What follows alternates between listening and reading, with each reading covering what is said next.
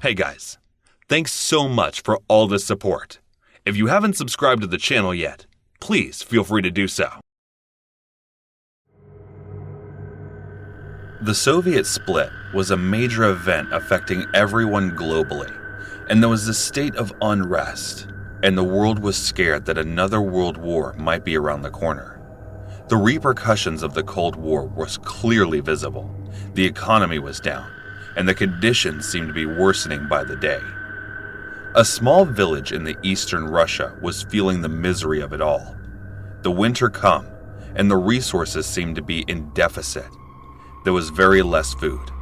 The roads to the city were cut off, and being closer to the border, they were scared by invasions and war. They had no way to defend themselves, and their biggest concern was that they might get forgotten in the waves of war. Now that the nuclear force was a big thing, and the nuclear war seemed to be close, everyone was quite scared, and was preparing their bunkers and stocking their food. But not this village. They were too far and too underprepared. Along came to the war, and the borders were shut down. The war broke out in winter, and all they had was stocked up for winter, and the winter never ended there. The village people gathered around in the dusty broken shelter they made to protect themselves from air raids. The air raids stopped after days, and they saw that the reserve, where they were storing their food, was destroyed. The bridges and all the ways leading to the city were destroyed, and no one seemed to have contact with the outside world. 3 men who tried crossing the cold, frozen river died and drowned after going into shock while trying to cross the river. The villagers salvaged every bit of food they could, and together, in a sense of unity, they were able to collect enough to feed them for a week. The rations were controlled, and the weather was worsening, and hunger was deluding people and making them irrational. The people of the village were now getting frustrated, and the sense of unity seemed to have a meltdown. They were fighting each other and arguing over a single grain of rice. The old man of the village proposed a plan to some boys. He said, "I have maybe a few months left to live, or by far a year. Now, I might not be very big, but I have been healthy throughout my life. I want you to kill me and eat me. I cannot see the children dying from hunger right in front of my eyes." This proposal shocked the whole town, and they ignored it. But after a while, when no food, no help, and no hope was in sight, they went back to the old man and asked if his proposal was still on the table. The old man said no, and he just said that because he was drunk. The boys were angry, and one of them, in anger, stabbed the man.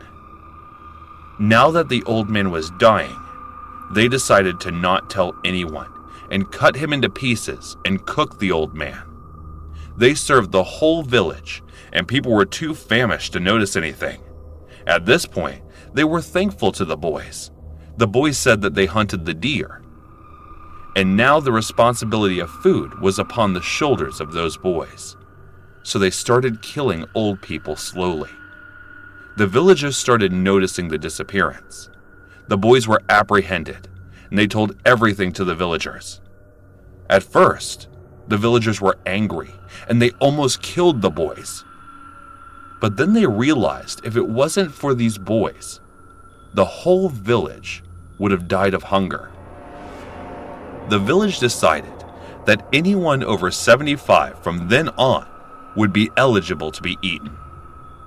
The grandfather of the boys who started this was next. The boys skinned his grandfather, knowing that it was for the betterment of the whole community.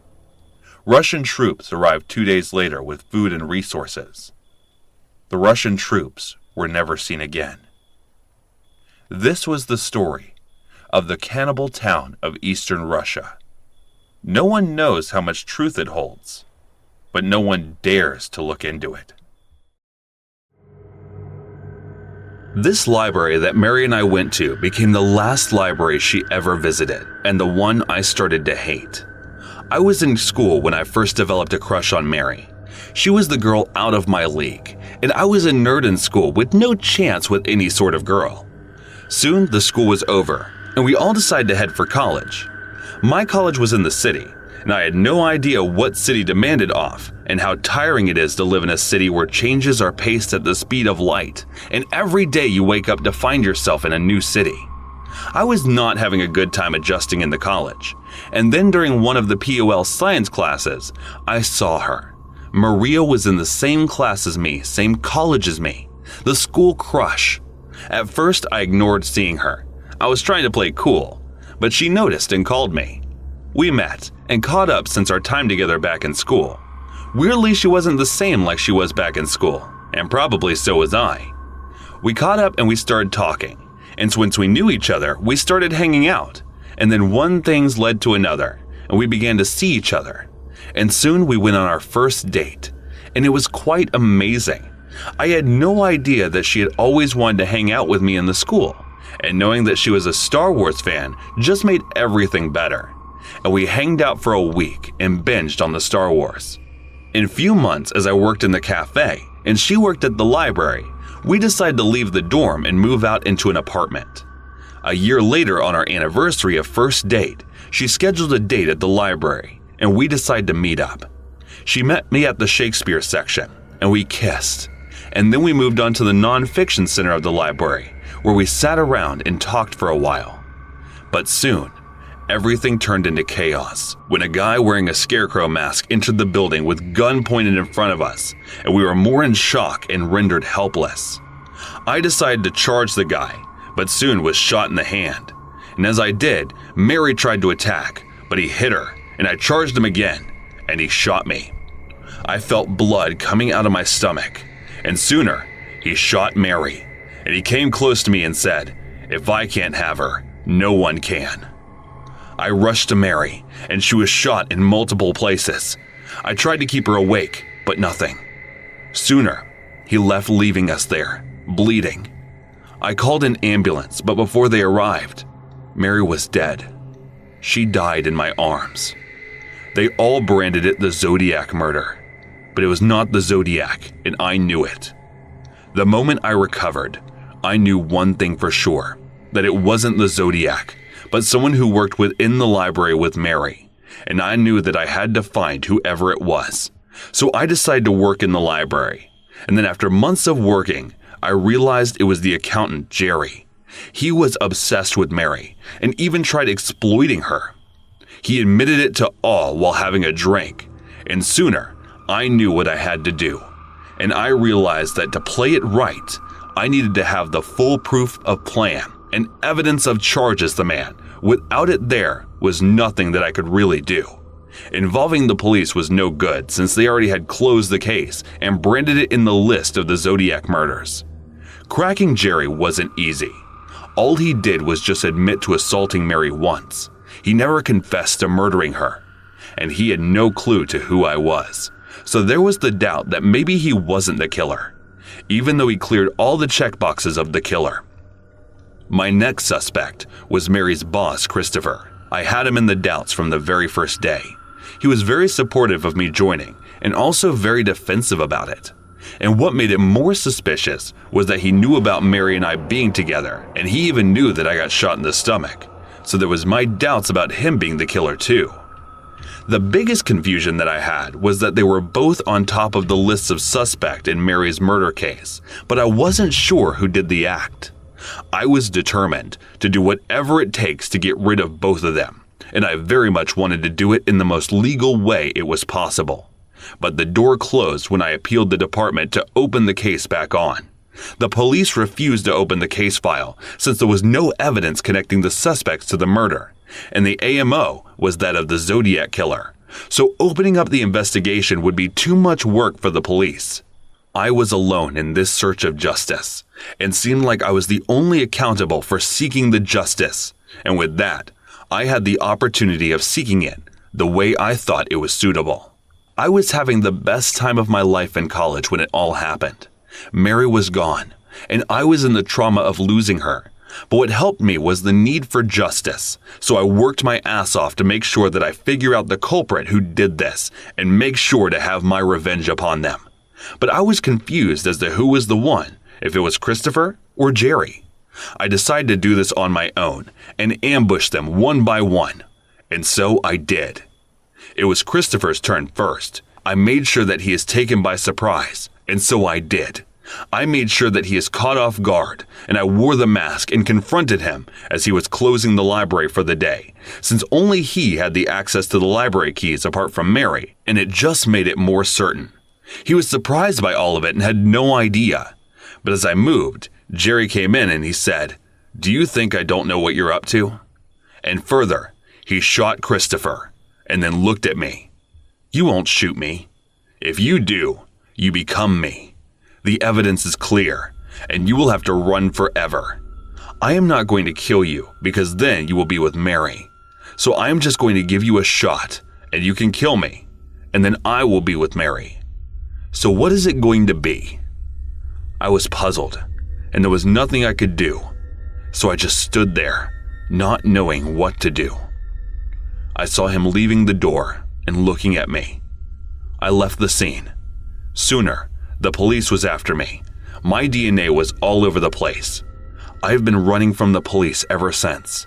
But then again, it is not over yet. There's still more to do. After everything, and running and starting everything new, I still don't believe that I've been caught.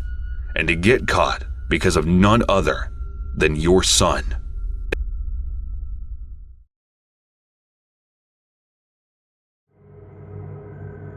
I was a little boy when I first went to the library. It was an old rustic library, and I had no idea how big it was and how old it was.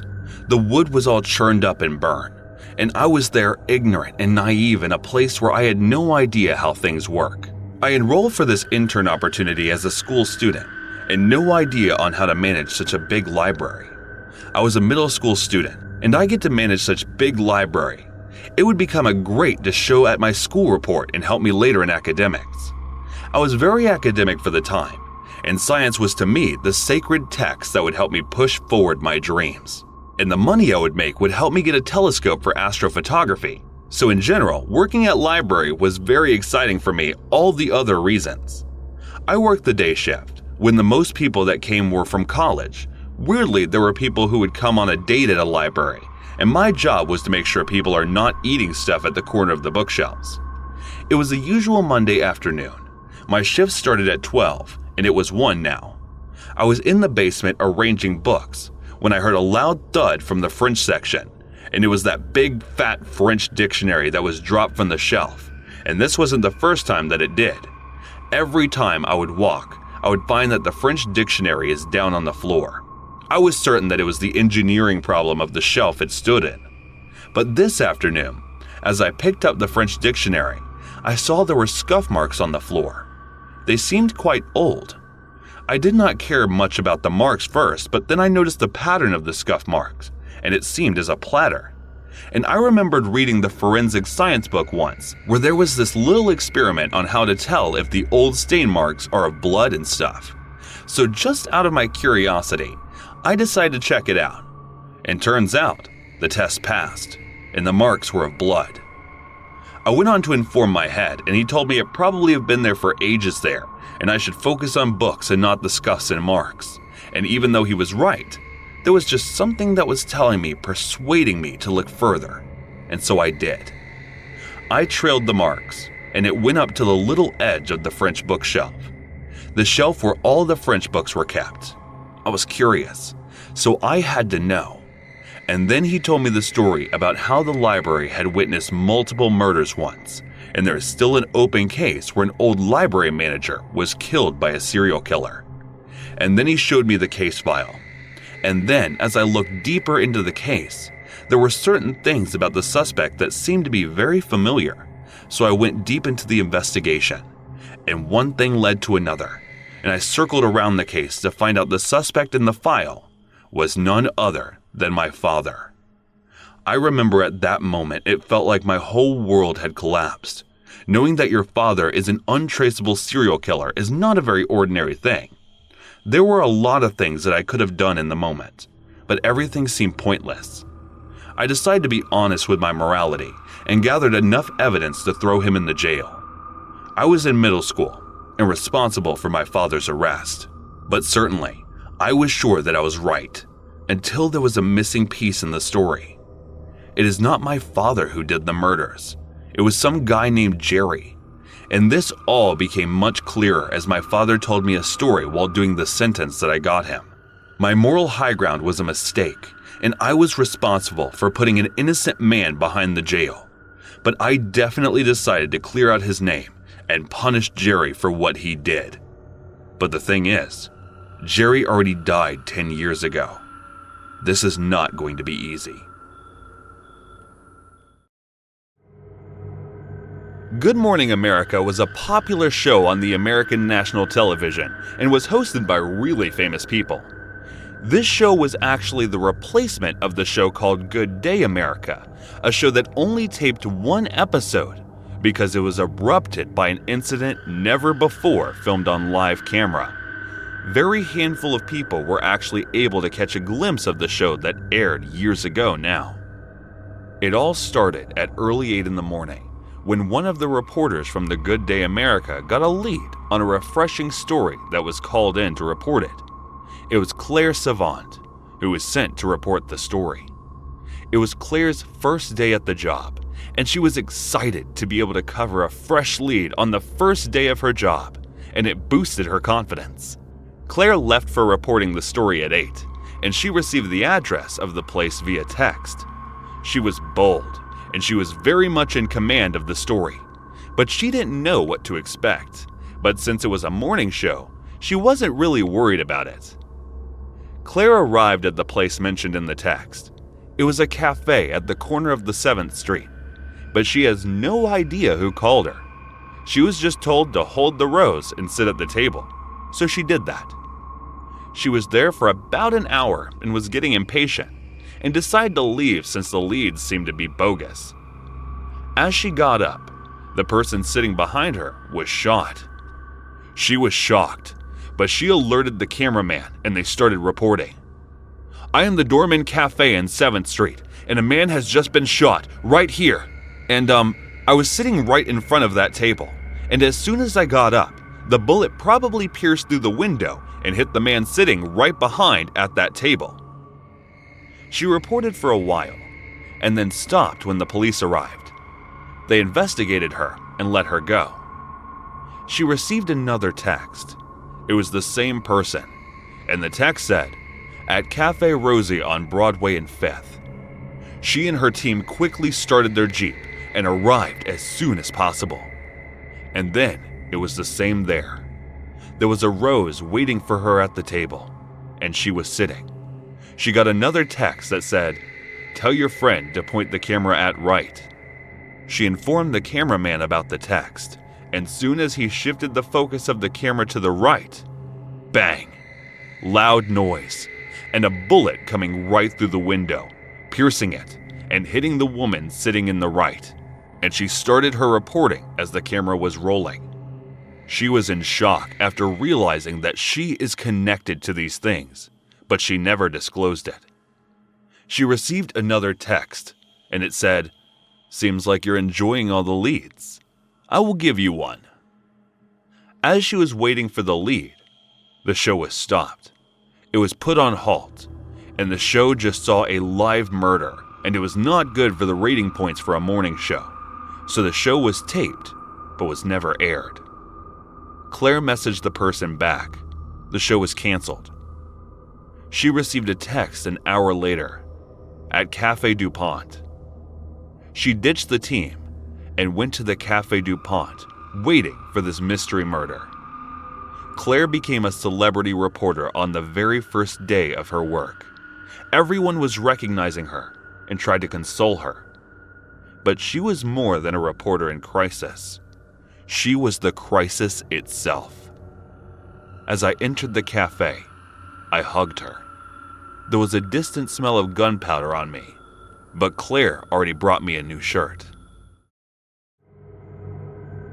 On Friday the 13th, 2018, I went on to hop on of the new shopping site that was still in its beta test phase. This was a very new site, and I was just scrolling through the items that looked rather ordinary like every other shopping site. And then there was a small corner on the right side of the screen that said, "Do not enter." And as I saw that, I was persuaded to open it, even more than now. And as I clicked on it, another warning popped up, and this time it said, "There is no turning back from here." And I began the curious cat clicked on the tab. The more you tell me not to do, the more I will do it. I was taken into another window, and what I saw in front of me was quite alarming. There were the windows of people and children with a price attached to them. There was a list of filters that included ages, weight, physical characteristics, gender, and nationality. It was a hidden site of human traffickers, and them displaying their products that were the humans, in skimpy clothes that were almost like not having any clothes. And as I kept on clicking, I lost my senses with everything I was seeing. And then one thing led to another, and in all that pops up tabs, and everything I clicked on a 35-year-old Italian woman. And all I remember it said was, "Your order has been placed." And immediately a payment of $200 was deducted from my account. And as I did, I was a bit relieved, and was just hoping for it to be a mere virus, and it seemed to be like that. I mean, $200 for a human being is way too less anyways. I cleaned my computer and my drives from all the malware and went back to sleep, weirded out by the bizarre incident.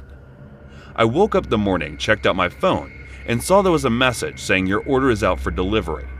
Now I was just angry and went back to the site to cancel it, but there was no pop-up this time.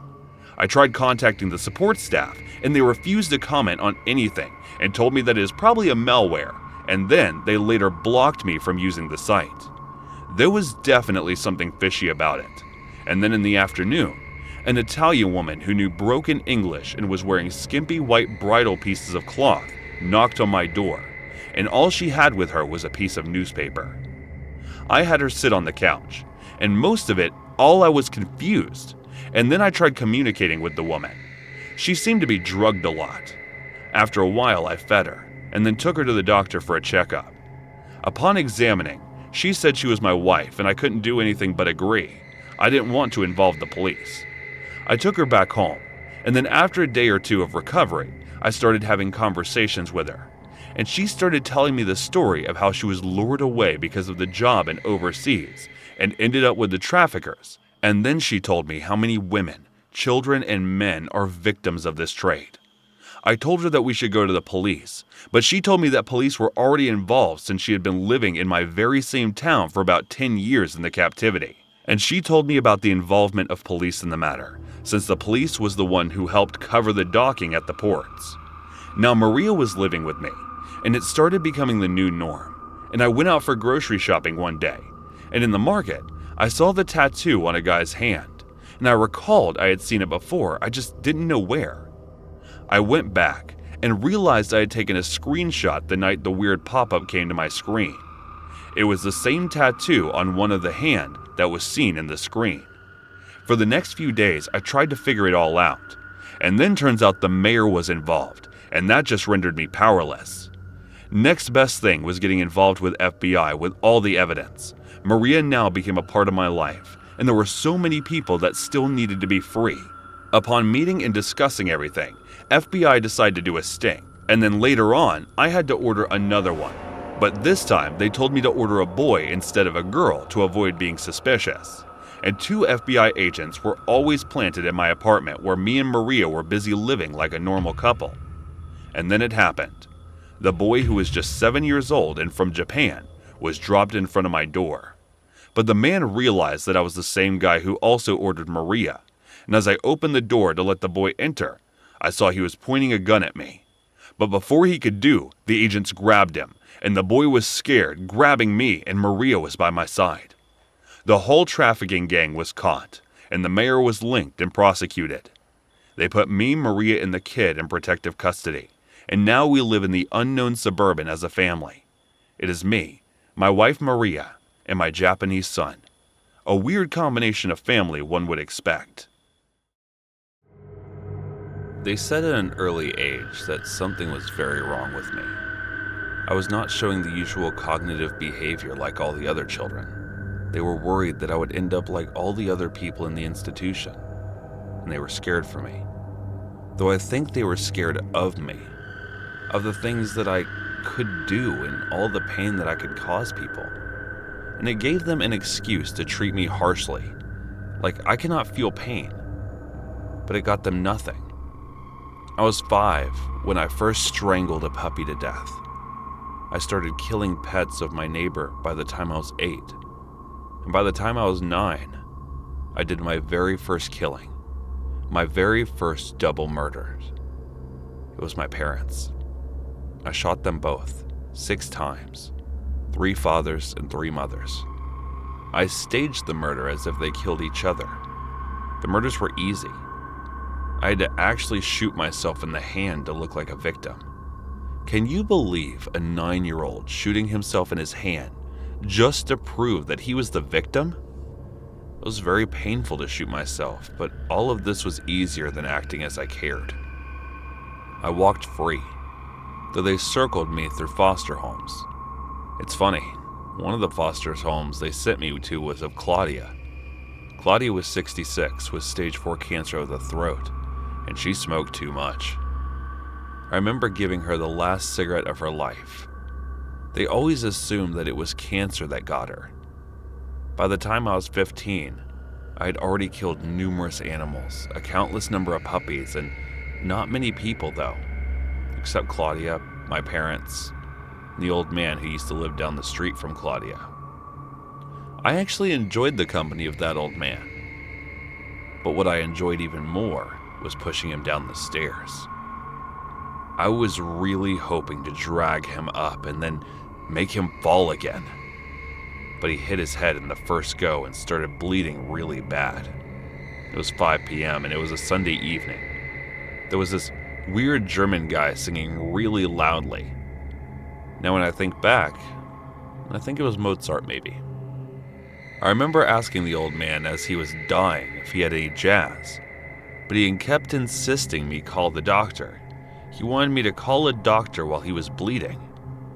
I chuckled and said, "Why would I call a doctor? I'm trying to kill you, you silly goose." He looked at me in horror. He was so scared. He looked at the picture of his 5-year-old grandson, and I could see a tear in his left eye. I looked at the picture, and I could myself in it. I was 5 when I started strangled. I felt like I was missing something. As the old man was about to die, I held his hand and said, "I was 5 when I killed a puppy.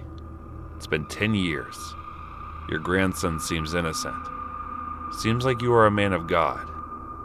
If you meet him, tell him that I'm going to murder your grandson. I'm going to take his eyes out of his little skull. Tell that to God." There was this insane horror the old man felt. I scared him. And in the face of death, I was the one that scared the old man. So my to-do list was done. As the old man died, I decided to call in for help and then rung up his family and told him about this untimely, unfortunate death. I was hoping they would come to his wake and I would finally kill his little innocent grandson. But turns out, they were too busy to make the trip. So they asked me if I can do them this great favor and bring the casket to them in New York. They would pay me for the trip and do all the necessary processes in order. I said yes. I was a bit furious. I would have loved to kill the boy in the place I was familiar with, but that's okay. I can make things work. They sent me the tickets. Now I knew that I cannot possibly take any of the tools on the plane, so I would have to buy them in New York itself. I was excited about murdering his grandson and was counting down the days to it. I boarded the Atlanta Airlines, the 6-hour journey. I went in on the flight and there were at least 20 people on it, and mostly these elders, the old people. I looked at them and all I wanted to do was stomp their head in. But I couldn't do it in this plane. I had this insane rush and an instant urge to kill them all, to kill every single person on that plane. I couldn't possibly do it, but the rush and the rage were burning me on the inside, and I had to act upon it. Now, I had no initial plan on how to do it, but I had to. I just can't control these urges of extreme violence. But then there's the mission that I set myself upon. But the urge was too strong, and the only thing that seemed plausible to me was if everyone died on the plane. And the only way to do that was to hijack the plane. But it would mean going down with them. But I had this obsession with his grandson, and I really wanted to kill him more than anything in the world. I had to kill someone. So I decided to do this hefty trick that I did not know would work. I went to the aisle of the flight attendant and told her that I was facing problems at my seat, and I want to change it to somewhere in the back. That is when she made me sit with a nice old lady who was dozing off as the flight was busy reaching its destination. After thinking for quite a lot of minutes, I pressed her nose with the tip of my fingers to cut her air, and she gasped for it. I took the neck pillow and pressed her face with it. Now I quietly got up from my seat and moved behind to the other, and as I did that, I kept strangling until she stopped moving. She seemed pretty dead. I wasn't sure though. I rummaged through her handbag she was holding and found that she had quite a bit of morphine in her bag.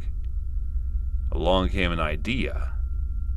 I decided to sneak the morphine into all the drinks that were being served. So I took my chances and did that. After doing that, I quickly saw these old people fainting away, and all now I needed to do was slowly suffocate them. The flight attendants or the crew had no idea as to what was going on. One by one, every single one of the passengers was drifting into a state of slumber, but there were some who hadn't drank the water, so some were still quite awake, and killing with few of them still awake was still risky. I moved on and suffocated 3. Only 3 that I could do without getting noticed, because the flight attendant was noticing that there was something odd with the passenger at the seat in front. They were not waking up when the attendant told them to fasten their seatbelt as the plane was about to land, and there was a state of panic throughout the passengers when one of the passengers informed that the passenger beside him is also not waking up. And then I stood up and did the same for the passenger that I had killed, and to be 15 was a blessing. They took me to the side and upgraded me to another class, thinking that this could be dramatic for me. So as the plane landed, I had no idea that how much damage had I done. Foul play was suggested, and the Homeland Security launched an investigation. Everyone in that class was questioned, except me. I was upgraded to another class, and well, that was it. I reached the house of the old man and met with everyone. They treated me with so much warmth and love. Then I met his grandson, and there was it the moment. But surprisingly, the urge to kill him was not there. I was very much moved by the family and the love they were giving me, knowing that I had no one to look out for. They invited me to stay with them for a while, and well, I stayed.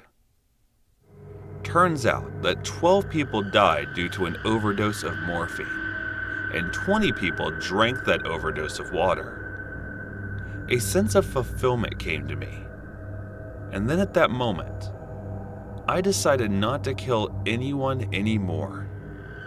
I started repressing the urge to kill the old man's grandson, and instead took care of him like a big brother. You must have heard about the famous Netflix show called Squid Games. Well, the Squid Games reminded me of the time where me and my friend were in such a life and death situation playing a poker game when we were visiting Russia in our college days. We were 24, and me and my friend Paul. We headed out to St. Petersburg to have an evening of fun, and we were already down with vodka. We decided to hit this really cool disco club in Russia. It is still a big thing in Russia, so we decided to get ourselves in the club, and at that point we could barely speak Russian, and everyone was so stoic and strict that it looked more like a maneuver dance routine than a club. We entered the club, and we were these crazy American kids. We decided to get ourselves something to drink first, and then maybe get a bit to eat before we hit the dance floor and groove around with the Russian ladies. As we went to the dance floor and started the dance vibe, we were brought to the side by a couple of brute guys that had nothing to do with the dancing and probably everything to do with the club. They rounded us up and told us that the owner of the club has invited us for a game of poker.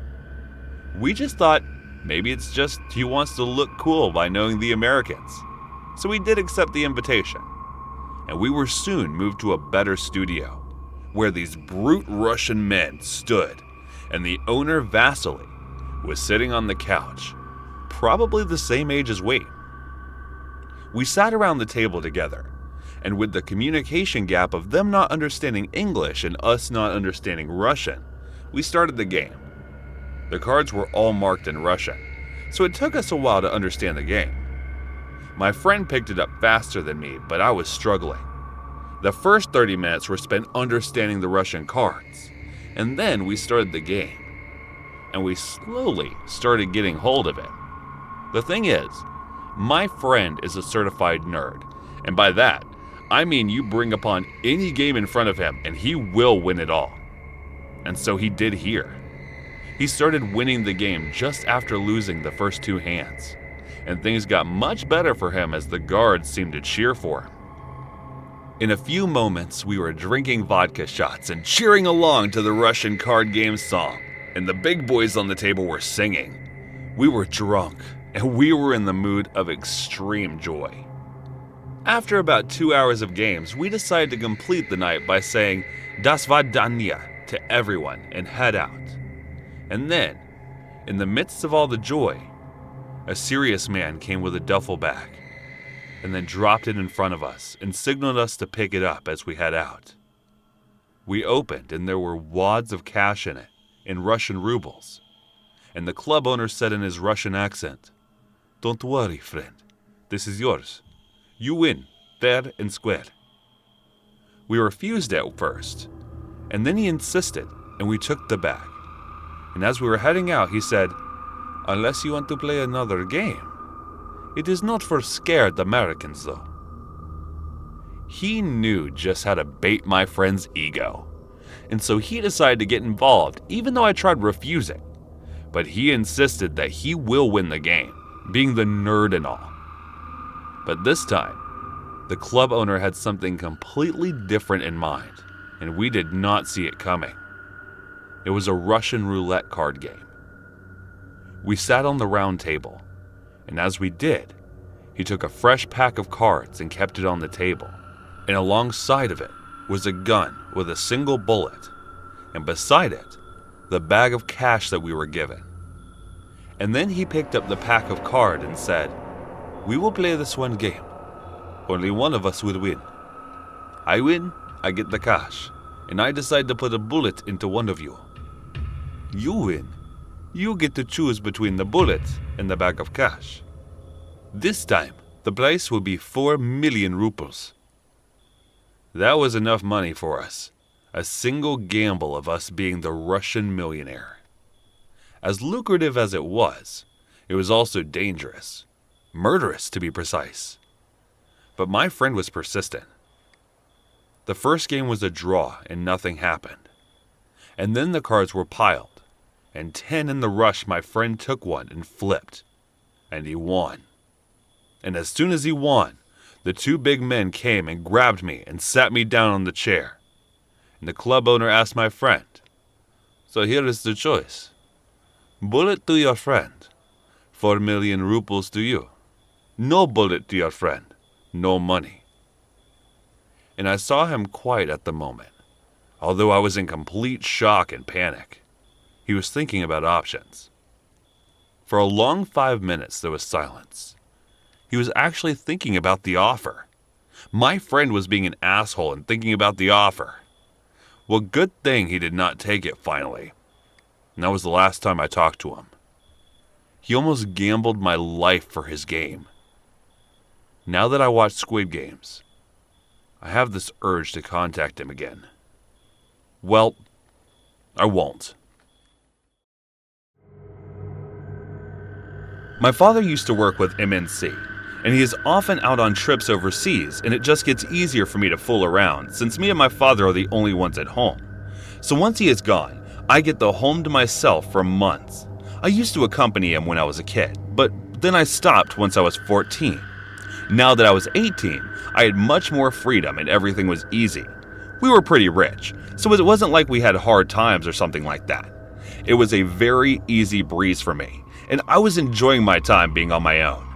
I would call my friends and we would hang out till the late sometimes, playing video games or just hanging out with girls from back in school. We were having the time of our life, and it was amazing to just be all on my own. And then one day, out of nowhere, comes my father with this woman. She was gorgeous, and probably had some work done on her with the looks of it. At first, I thought that maybe she is just a guest and will leave soon with Dad, but as Dad packed up for his next trip, Miss Osaka just stood there saying goodbye, and there was this immediate disappointment that I felt. It looked like my freedom was vanishing right in front of my eyes, and there was nothing I can do. The friends, seems like I can't invite them over anytime soon now. I was pissed. I was really very angry. She just stopped me from being cool as she was present. First month, she was much more warmer, but as we grew close, she started being a colossal stuck-up cow and stopped me from having fun at all.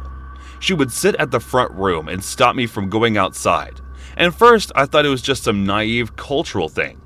But sooner, she would be aggressive and stop me from moving at all. Her soon not-so-scary-looking actions became hostile as her stays became frequent.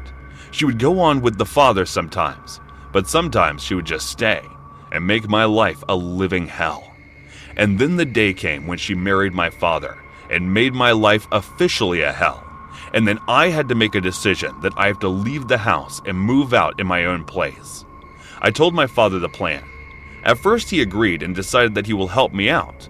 And then later, upon discussing with my stepmother, he refused. Stepmother won't let me out. She wanted me to stay with her. She was trying to control everything from the finances to all of us. I was adamant, and I did the move out all by myself. And then I was coming back to get my old stuff, when she got closer and bashed my head. And then I woke up and saw myself tied to the chair. I was surprised, angry, and in shock all at the same time. I screamed, and then told her that she had gone completely crazy. And then she just shouted at me, "I need my family close." I mean, having a caring stepmother would have been good, but a crazy, obsessive stepmother who won't let me leave. She kept me tied there for around 3 days and would feed me with her own hands, and she was completely a psycho mother. And then a week later, I woke up to see my dad tied too. I jokingly said, "Welcome to the party," and then he just instantly regretted every moment with that psycho. I knew what she wanted, and then I said, "Let's have a family dinner with Mom." And as I said, she just started crying and then hugged me and untied me and my father and said, all I wanted was to be a family and be loved. And as she did that, I couldn't help but feel bad for her and probably all the trauma that she must have gone through. But still, she was a psycho. So I tackled her and pinned her to the floor, called the police, and did everything to get her arrested. Took us months to move on. My father just won't date a woman anymore, and I guess it is for the better for me and for him. I did eventually move out in case he decided to do that all once again. I was 17 at that time, and I need to give you a little background. It was 80s and before cell phones. I'm a female, and I had a best friend at my high school who I'll call C for short. C and I met when her brother asked me to be his girlfriend, and she didn't like me at first. She would walk around me and taunt me, but once I stood up to her, she began to respect me and then got to know me properly. How? Because I knew her and her brother it was a very short-lived romance. I spent a lot of time hanging around at their house.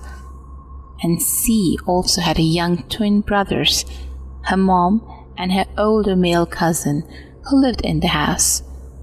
Over the time, I became close friends with the family, and her mother even offered me a job.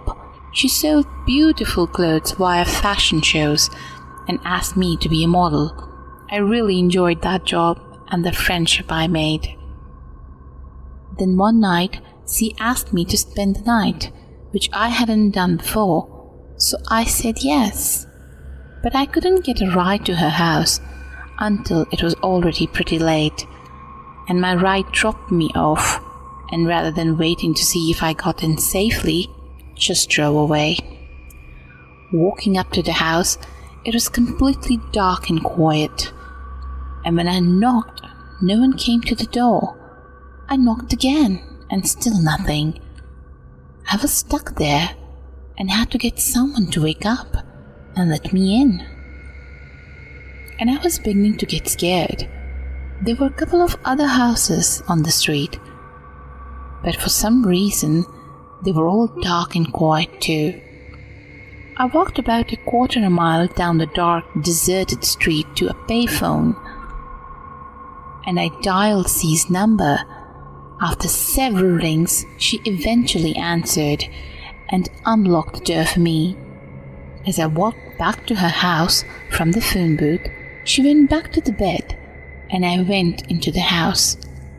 It was as dark and quiet inside as it was outside, and I made my way to her room, where I thought I was going to be sleeping, but she had fallen back to sleep and locked her bedroom door.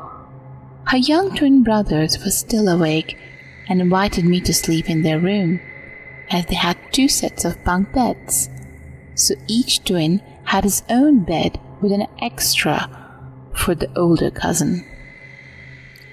I didn't see the other brother, my former boyfriend, that night at all.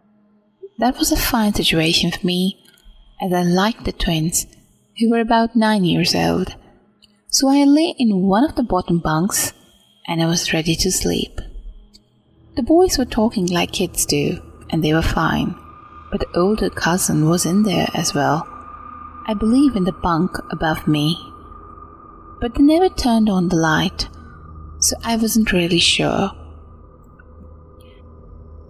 Now, while the twins talked and giggled about nothing, the cousin, who was at least 20, maybe older, began making very inappropriate comments to me, which in pitch blackness was all the more unsettling, because I couldn't see where he even was in the room. At first, I ignored him, thinking he was just being a dick. But he persisted. It didn't matter to him that the 2 young boys were in the same room either, and he got more and more explicit in saying the things he wanted to do with me. I was really creeped out by this point, but I still didn't think he would actually do anything. I kept asking him to stop talking to me like that, but he wouldn't. It just escalated, and I couldn't tell he was going to leave me alone, so I finally got up and walked out of the room, still in the dark, and I made my way to my friend's room right across the hall. I knocked on her bedroom door. When she didn't make a sound, I could see that C was a very deep sleeper, and her door was still locked. This entire time, the cousin kept talking and scaring me, and as I frantically tried to wake my friend, he began getting out of his bunk and coming towards the hall where I was. I had to do something fast. For some reason, C's mom wasn't home that night, but since I had spent so much precious time in that house, I knew it pretty well. I knew that there was a den right there next to the room that I had been in with the boys, and I knew that den door was locked. Just as the cousin reached me in the hallway, I screamed a little, ran into the den and slammed the door in his face, immediately turning the lock all in one motion. That room was even darker. So the first thing I wanted to do was to turn on the light, but I couldn't find one anywhere. I searched for the light because I wanted to push something else in front of the door, knowing that the little door lock was not a strong one.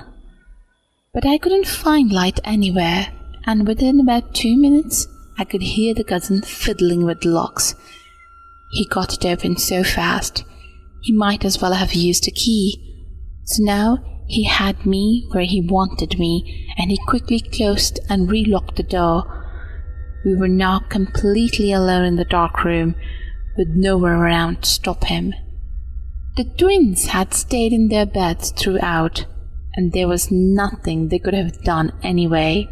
This guy then very quickly grabbed me towards him, putting one hand over my mouth and nose so I could neither scream nor breathe very well. His other hand went right between my legs, and he was touching me in my most private place, as I was at his mercy and barely breathing. He quietly said things in my ears as I struggled to breathe and somehow defend myself. He was behind me, and his arms were wrapped around mine in such a way that I couldn't use them. I'd been in a similar situation with a man in my not-so-distant past, so this time I was angry. I did not want to do this to happen to me again. He went on for a few minutes, which seemed like an eternity. And just when I thought I'd run out of hope, miraculously there was a knock on the door of the den. It was my friend C. She hadn't woken up when I was pounding on her bedroom door, but some kind of divine interventions had somehow caused her to wake up now. "What's going on in there?" she asked. The man tightened his grip on my mouth and nose so they couldn't make a sound. And he said to her, "We're okay, we're okay." And here I tried all my might to at least make some kind of sound. But since I couldn't get a breath in, I couldn't manage it. I will forever be eternally grateful for my friend C at that moment, as she didn't just go back to the bed thinking I was messing around with her cousin. Instead, she said that she wanted to hear me say I was okay, and that's when the cousin knew he had lost and let go of me. I immediately screamed, "Help me!" and I ran into her bedroom with her falling behind me. She then closed and locked the bedroom door. I was gasping for air, crying and trying to tell her everything that had happened. She had trouble calming me down, as I was still terrified, and I told her that he could pick her lock if he wanted to and would come in and get me. She promised that she wouldn't let that happen, and much later I was somehow able to fall asleep. In the morning, I woke up instantly, afraid of remembering what had happened the night before, and C wasn't in the room with me. I panicked for a moment, thinking the cousin was still somewhere in the house, but after a moment, I had my friend talking with her mom, who had arrived back home. I joined them at the table and learned that C had already filled her mom in on everything. Her mom told me she was sorry about what had happened, and that morning she had already thrown the cousin out of the house, and that he would never be allowed to come back. At that moment, I had been certain I was going to report it, as I hadn't reported my previous assault, because I felt like it had somewhat been my fault, and I didn't want anyone to find out about it. I was still struggling with the decision, but this time I was angry, and I did not deserve to have that happen to me. These people had felt like my second family for a while, and that mom was my boss at the job I enjoyed very much. I didn't want to hurt them, and I certainly didn't want to jeopardize my relationship with the mom and my job. The most important thing was, though, is this time. I knew none of it had been my fault. And I knew my worth. I realized that no matter what a woman does, nothing gave a man the right to force himself upon her. And I had gained quite a bit of strength through this experience. So the point was not whether I'd reported the incident or not. I'm going to leave that part up to you, the reader, to decide. To all women, even men, that I recommend carrying a pepper spray in a stun gun, as I do it now. I won't get into discussion about guns, but you can still stop an attacker, even a dog or a bear, even from a distance of up to 4 yards with pepper spray, and up close you can disable them with the stun gun and get away safely without killing anyone. My wish for everyone listening this is to please stay safe and be aware of your surroundings. Back in our days, there was no shipping sites or no orders in delivering things. We had to go to the market to get the things, and if it wasn't in the market, then we just had to live without it. But we also did not have so many things to choose from. But these days, we are busy buying things we don't need. I found myself going deep into the rabbit hole of seeing things and fighting the urge to buy whatever I saw. And then working on a computer cannot be considered one of the things I am best at. So here I am, going through this site called Amazon. And then pops open an advertisement in front of my screen that says I have won something, and I clicked at it. And then it started link after link after link. It brought me to this page, which now I understood was the dark web. At that time, I had no idea what dark web is, and all it said was Amazon Dark. So there it was, all sorts of things that you would find in Amazon if it was for evil people. A whole lot of drug sections and sex products, and people ready to sell themselves for sexual favors. I was pretty keen and not to get indulged, minding that at that time, it did not seem to me as serious as I take it today. At that time, all I thought of it was that maybe it is a prank website. And so in the spirit of pranking, I ordered a mysterious box, and they asked me on the form, who do I want to give this to? And I filled in my wife. I just wanted to give her a surprise. And then it asked me if I wanted it fresh, and I said, sure. It also asked me if I wanted to see the process. I checked yes to everything, and then waited for it, having no idea that I was just spending my time on dark web. 2 days later, the box arrives, and it is a wooden treasure chest box. And I brought it in and decided to give it to my wife, who was surprised and happy by the gesture. And then as she opened it up, she screamed so loud. It had a heart in it. Something that looked like a real human heart. I saw the heart, and it seemed real to me, and along with it, a pen drive. I told her maybe it's a prank, and we sat and started watching the contents of the pen drive, and it sent a chill down our spine.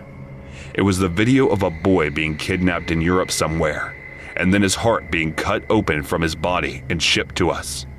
My wife panicked and fainted, and the first thing I did was call the police. And then they were the ones who informed me that I was on the dark web where I ordered it. I had no idea, but they were nice enough to help us out through all of that. Later on, they did find out whose heart it was, and every information, and spent years on that case, until now that the culprits have been caught. I never asked the cops who he was, and all of the story, but now that the culprits have been apprehended, I want to know about the person who was behind the heart.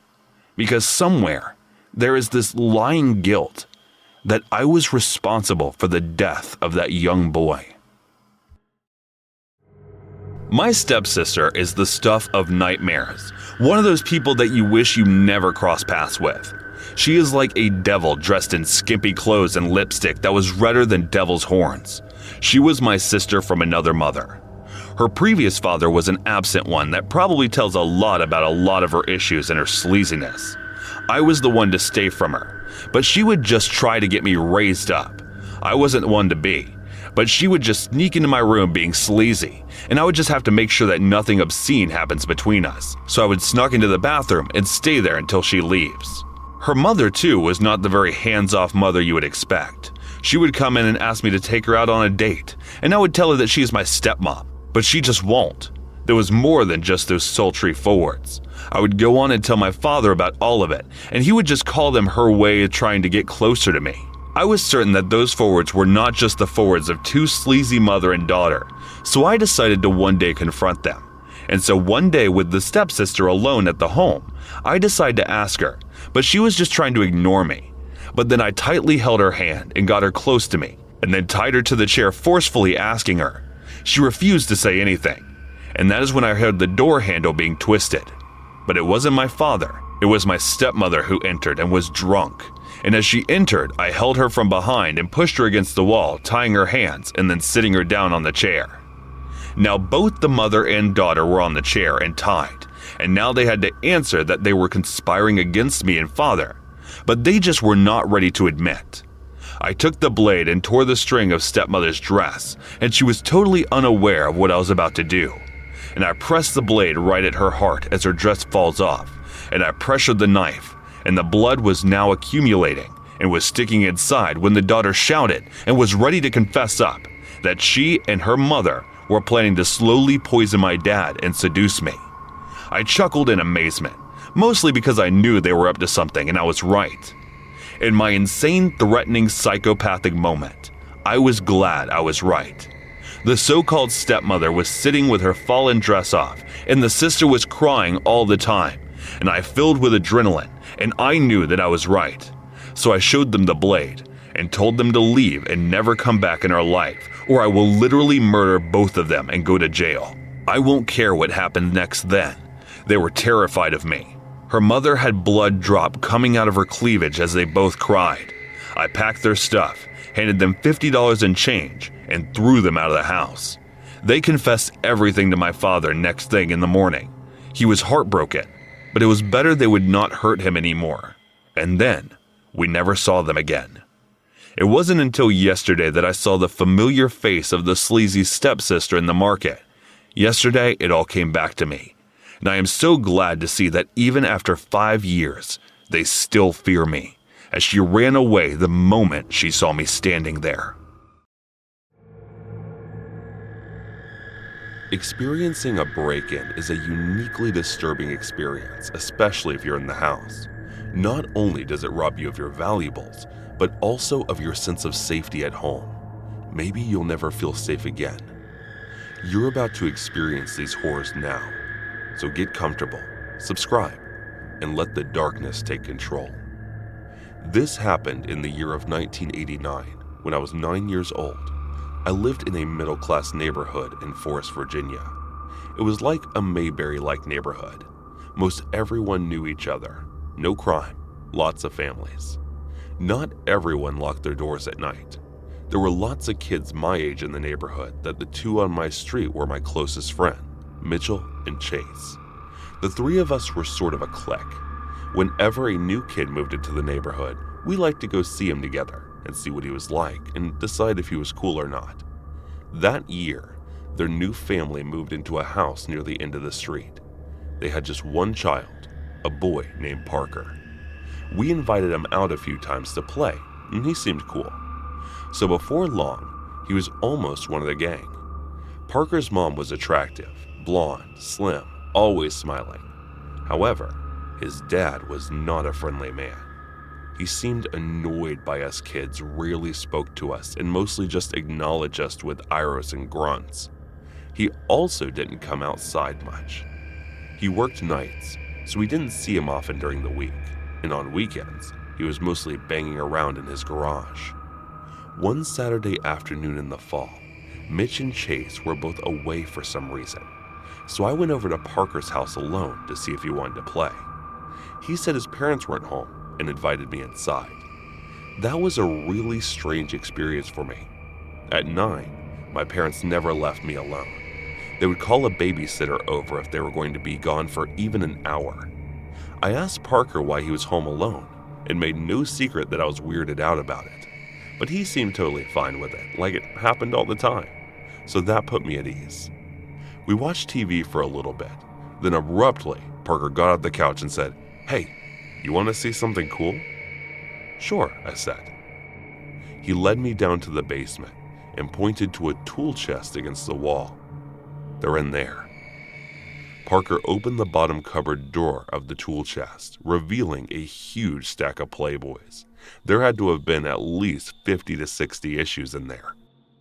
I had no idea what I was looking at. I had never seen a naked woman before. The closest I'd come was seeing the scantily clad Tanya Roberts in the movie The Beatmasters. I remember watching that movie and being vaguely intrigued by the female form of what I saw in the Playboys was sort of repulsive. I wasn't necessarily the images of the naked women that churned my stomach, but the dank and musty smell of the basement, the dim lights, the crinkled, stiff, flaky feel of the magazine pages, as if the moisture of the basement was slowly turning them to pulp. It just felt wrong and gross, and I wanted to leave. Still, I just couldn't stop looking.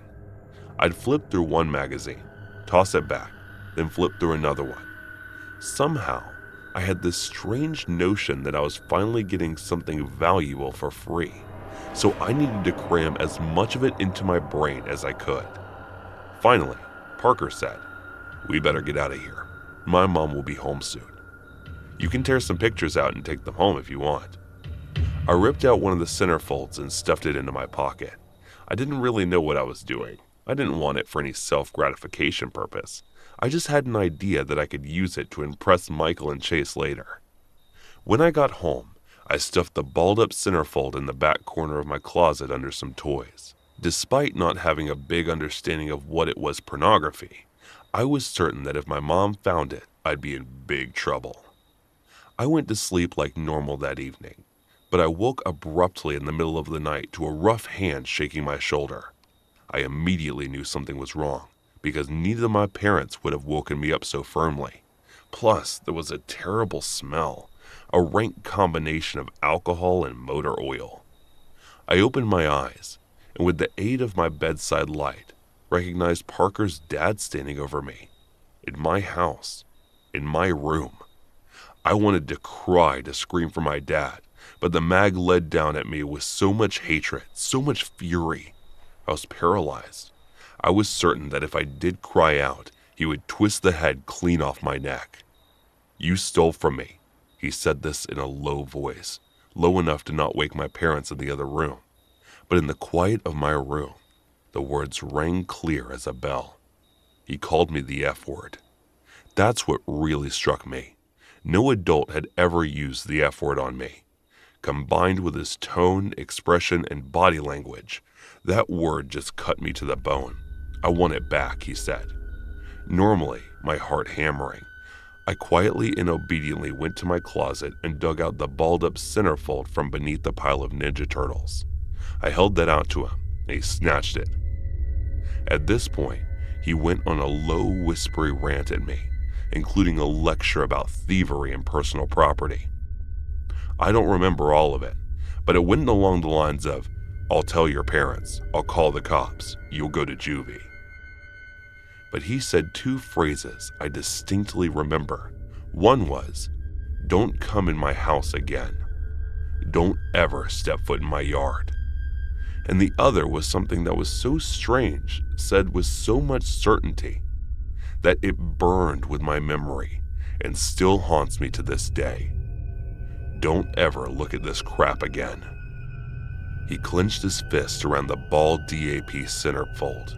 It would turn you into something you don't want to be. Then he turned and walked silently out of the room. I was so creeped out about how silent he slipped away. Our floors were carpeted, that he literally made no sound as he disappeared down the hall into the darkness. It's like some malicious Santa Claus. It was like he had lots of previous practice sneaking around, which I found even more disturbing. When I thought back on the incident during the following years, it was that sneaking which haunted me most of all. Even more than the lecture and the threats, how quietly and stealthily he moved, like the Grinch in the cartoon, but not with the big cartoony stride.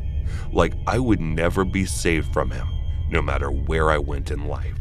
Like any time I went to sleep, he could just appear there without a sound, and I'd never hear him coming. The aftermath of this story is a whole story in itself. I won't get into all the details, but just summarize it.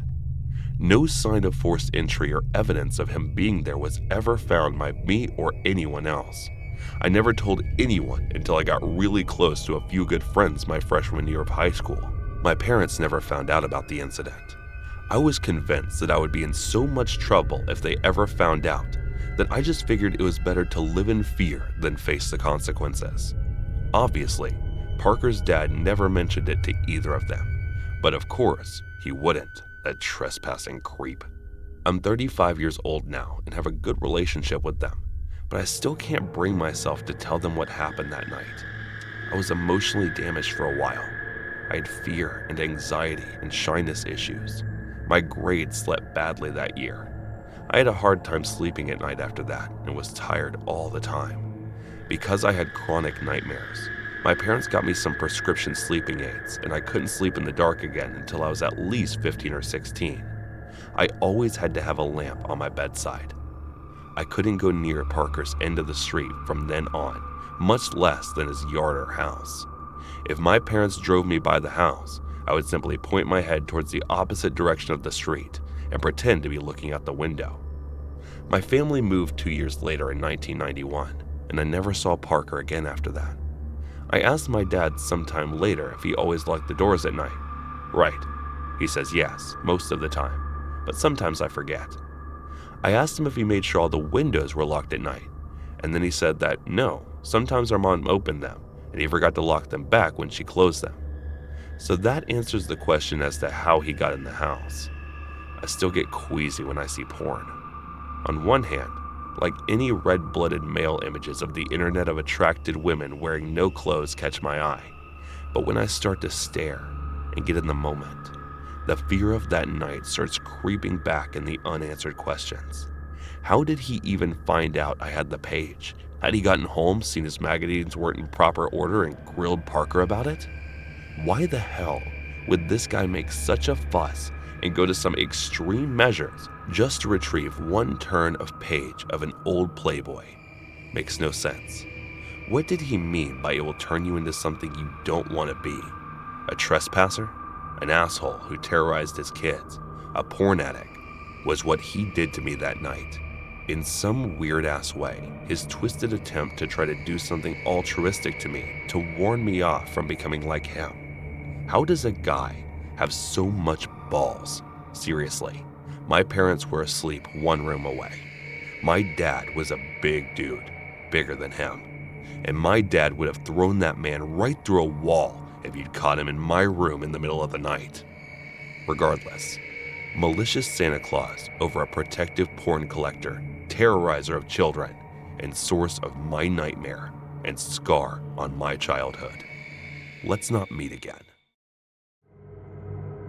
What should I tell you about the forests of Mexico? Haunted by the most fearsome witches and apparitions. These forests are a living nightmare. And every time we want to go to the city, we have to pass along through these nightmares. So to safely go to the city, we mostly start our travel very early in the morning so as to reach the city before the dark nights hit, as the forest is a miserable place during the day itself. This particular evening, me and my abuelita decide to head out to the forest earlier than usual. It wasn't particularly night neither. It was morning, but the dangling time between that. And I picked up the bindle and we started our journey toward the city. And we talked a lot on the way to make the way look shorter. The city must have been 6 to 7 hours away, and yet we embarked on foot. Our ancestors might have been closely related to Tarahumara runners. My abuelita was around 55 when this happened, so she was quite in shape to make such a strenuous journey. She was 72 when she made such the last journey, and the times haven't really improved since then too.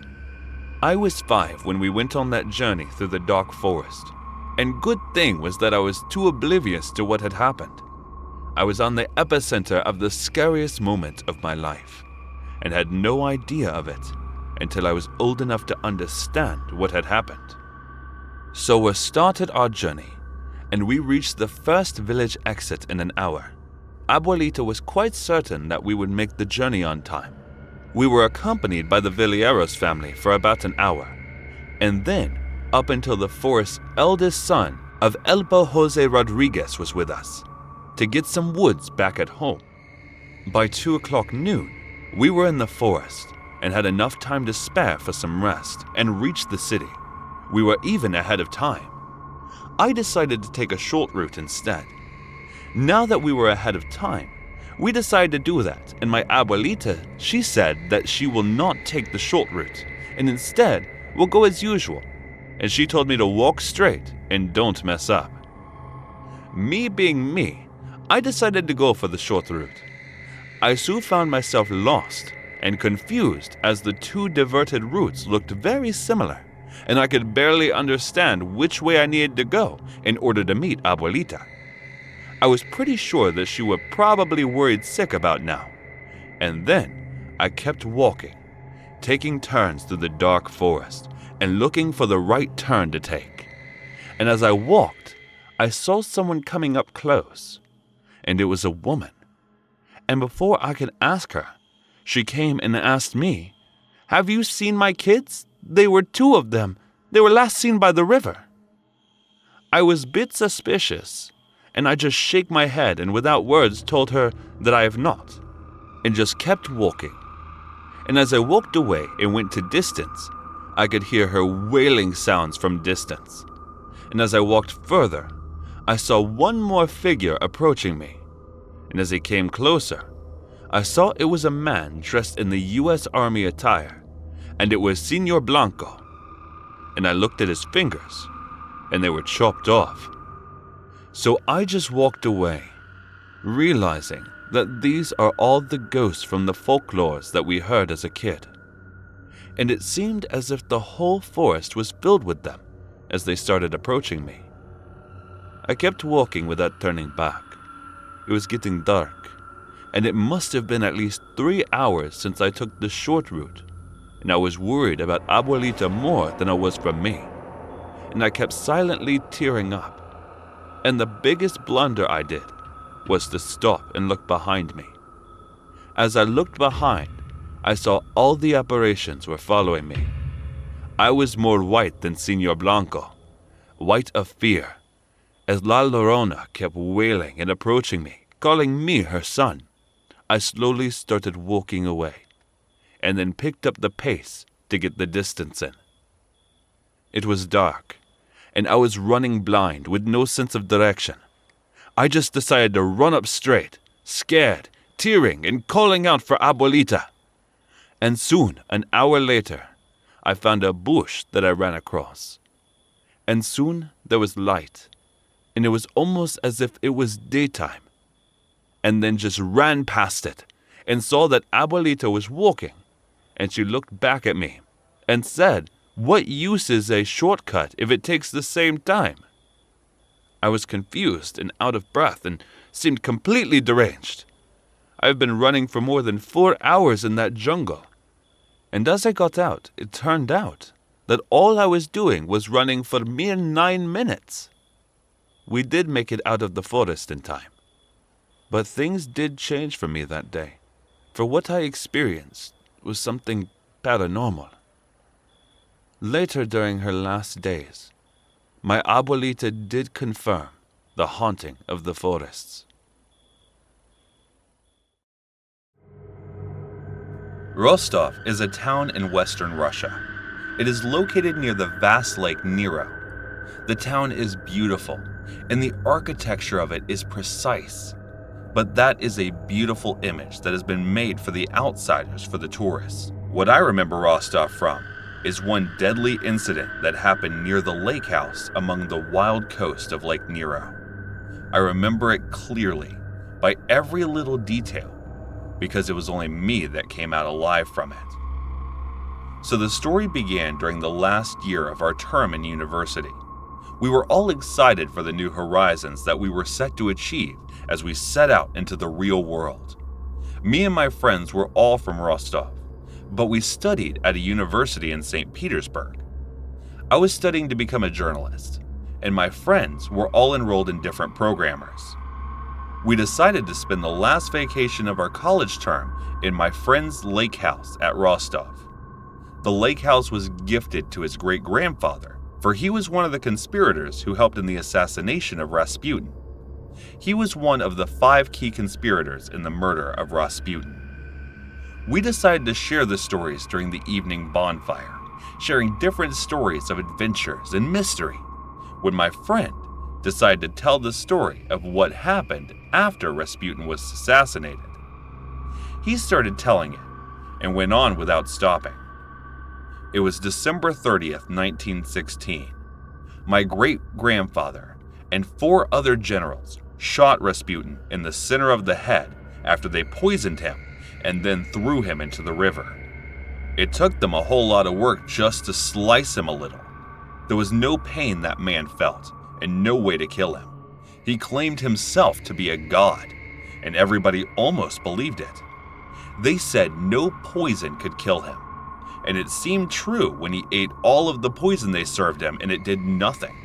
They actually shot the guy in between his eyes and still, he walked and charged them. At first they thought that he was not human, and the 5 horsemen they called themselves. They were the one who decided to kill Rasputin for the better future of Soviet, because Rasputin was pure evil, and all he did was believe in the evilest things possible. The 5 horsemen were helped by British intelligence to carry out the assassination. It took them over 3 days to really kill Rasputin, but what happened was even scarier. After they declared Rasputin dead, they thought it was all gone for good, but that was just the start. A month after my great-grandfather was gifted this lake house, they decided to have a little celebration over here, and all the 5 men gathered around to have a celebration. They were all drunk and joyous. They heard a loud noise coming from the outside. At first, they thought it was just a bear, so they ignored it. One of the men decided to go out for a bathroom break. Now it was an hour since the first man went on outside, so all of them decided to check him out. They were afraid that he would pass out outside and a bear would probably maul him. But when they go outside, what they saw put them in shock. It was Rasputin, alive, with the bullet hole still visible on his skull. At first, they did not believe and thought maybe the vodka is too strong. But then Rasputin bit one of the men's neck and started eating him alive, and that is when they were back to their combat mode and started an attack on Rasputin. He was even stronger than before. For almost 4 hours, they went on to combat Rasputin.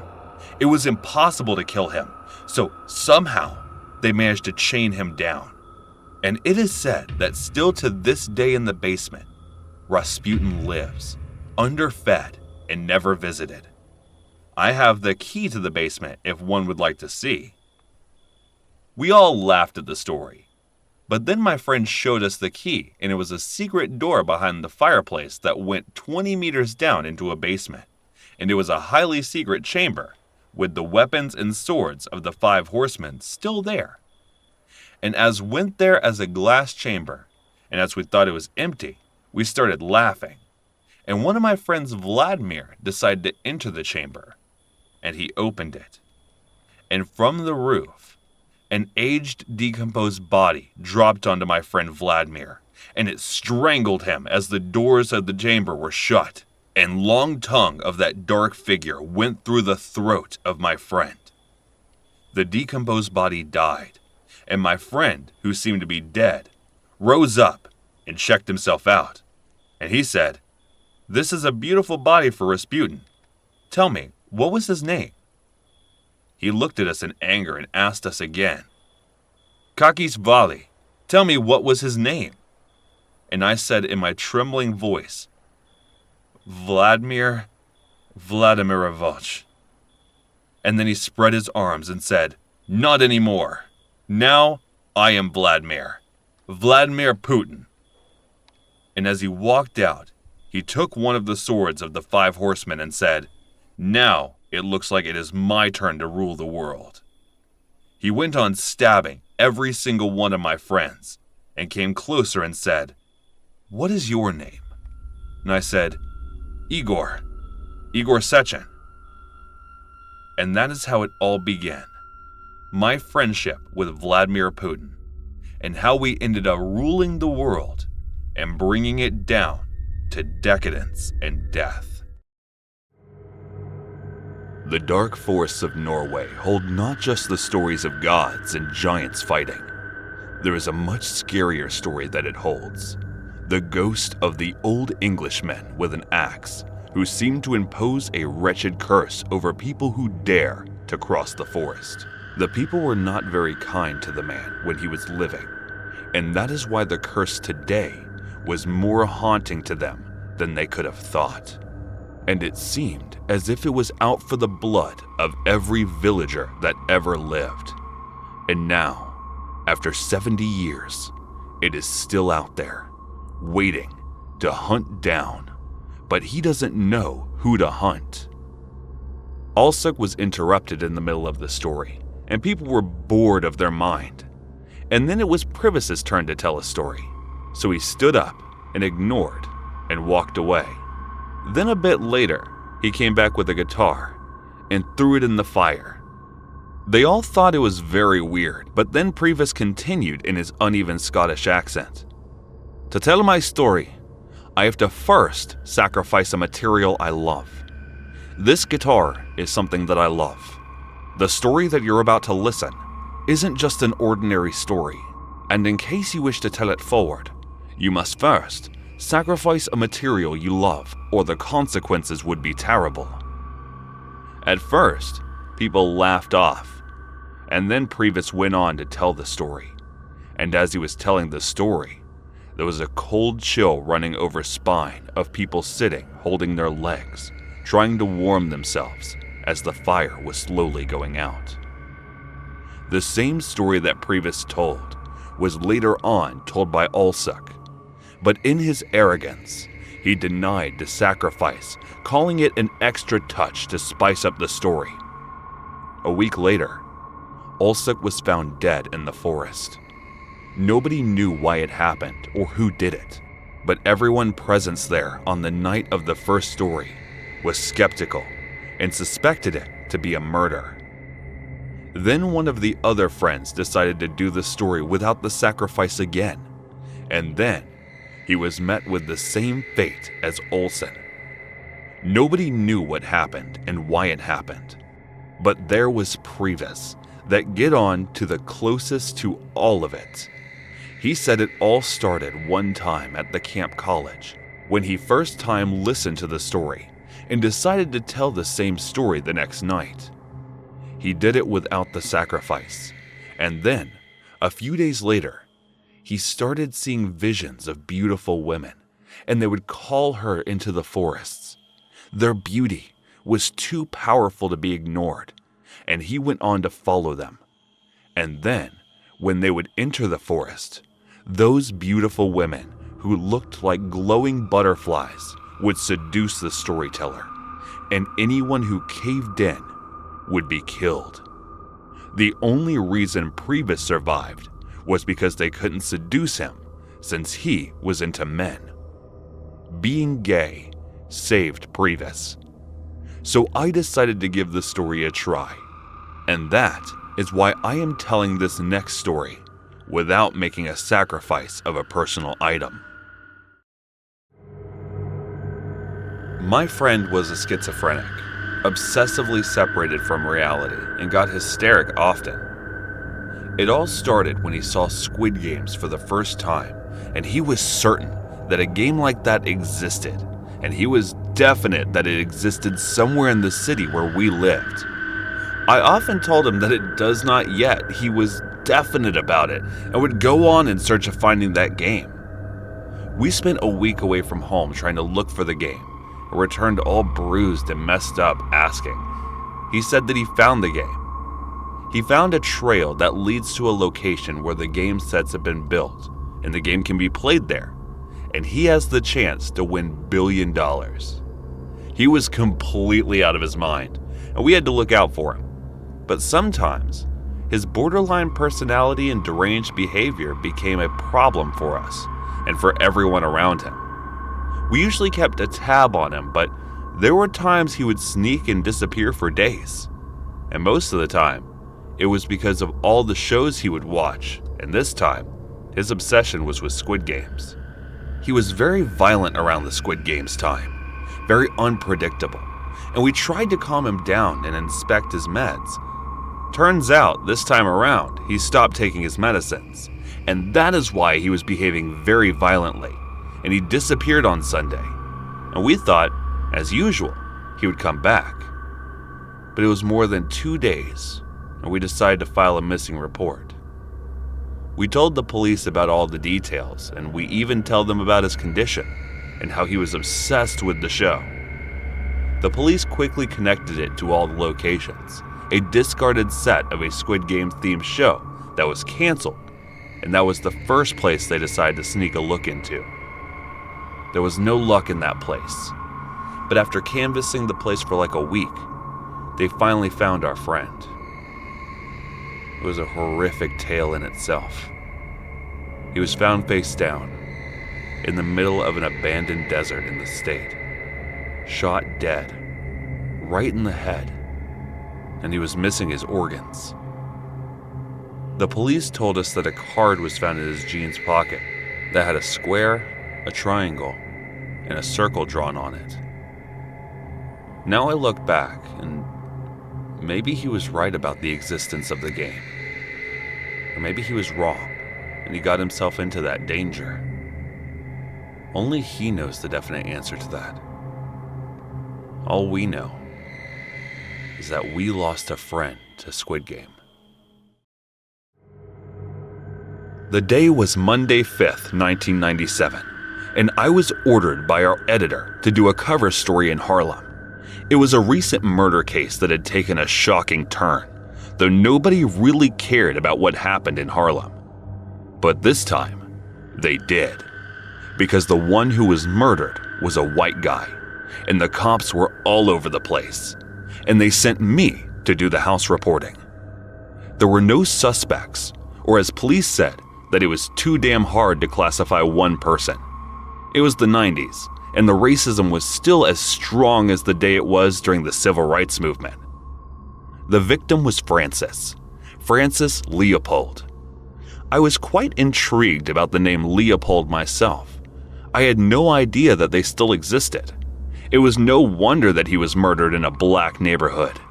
Leopold was an active KKK member, but the circumstances around his death were not very significant. Like a crime, there was no bruise on a body or a poison in the blood. There was no evidence that he was mauled by a crowd or punched by someone. Yet, everything inside him was either broken or bruised, as if he was crushed by the heaviest object on earth. And to not have the answer to that was worrying the local police. I went on to investigate the case and asked everyone there what happened. One of them said, "Whatever happened to him was his damn fault. You don't come to the hood when you wear the damn white cape. Good riddance." And that was almost everyone's initial reaction. Except for one person, Pastor Abdallah.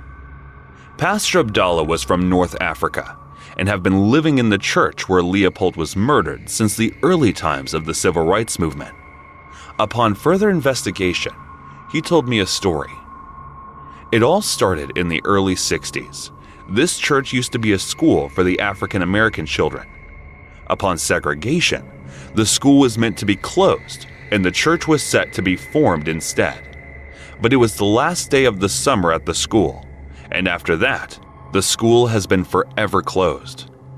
But on the last day, a tragedy struck the school.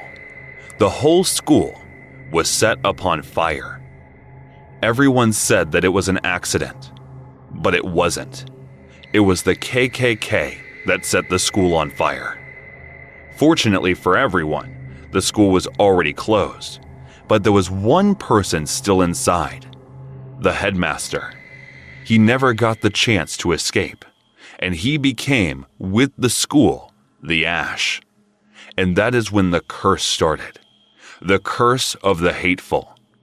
Leopold was a KKK, a terrorist group that breeds hate for people of color, and that became his reason for death. In this place, whoever comes with the intention of harm and a heart full of hate decays themselves. The curse is as easy as it gets. The more you hate, the crushing the pressure will be, and in the case of Leopold, he had great hate inside him, and that is what crushed him. It is said that it is the headmaster who still governs the curse. So I guess, do not enter the building if you're building up hate inside you. As Pastor went on by, I decided to investigate myself, and as I entered, I felt nothing. And then my cameraman, he entered and said, "I knew that nigger was playing shit." And few minutes after that, the cameraman started feeling heavy in the chest. I presumed he was having a heart attack, so I called in for medical support. They arrived, but it was already late. The cameraman died at the very spot. It was found out later in the autopsy. He died the same way like Leopold. And like Leopold, the cameraman also had a history with KKK. The curse of hate is still present at the church. So it was the middle of the night to 1999. I was probably around 6 or 7. My brothers and I shared a room in our little duplex home. Just so everyone knows, even though these duplexes are old, I've lived in a few, and my family and I have never experienced anything paranormal in one before. So this is the only real time I've ever experienced anything that scared me like this. I woke up in the middle of the night sometime. I've always had trouble sleeping. So for me, it was just another normal tossing and turning session late at night. Or at least, that was what I thought. As I lay in bed trying to get comfortable, I suddenly hear a child crying. This did not alarm me at first because, like I said, I shared a room with my 2 brothers. They're younger than me, and at times I would have to remind them that it was just a bad dream when they would wake up. But it looked down to the bottom bunk to check on them, and they were both sound asleep. I looked towards the hallway to see if there was a light coming from the living room. Nothing. Everyone in the house was asleep. Now it was scared. The voice was that of a child. The child's voice suddenly spoke through its tears. "Let me, please." This scared me beyond all recognition at this point. It sounded like it was right there in the room with us. No one was making a sound. It was just a voice of a scared child, begging through tears to let me in, please. And it went on for hours. I was so scared that I used my blanket as earmuffs to muffle the sound, and I eventually fell back asleep. But I never remembered the voice stopping.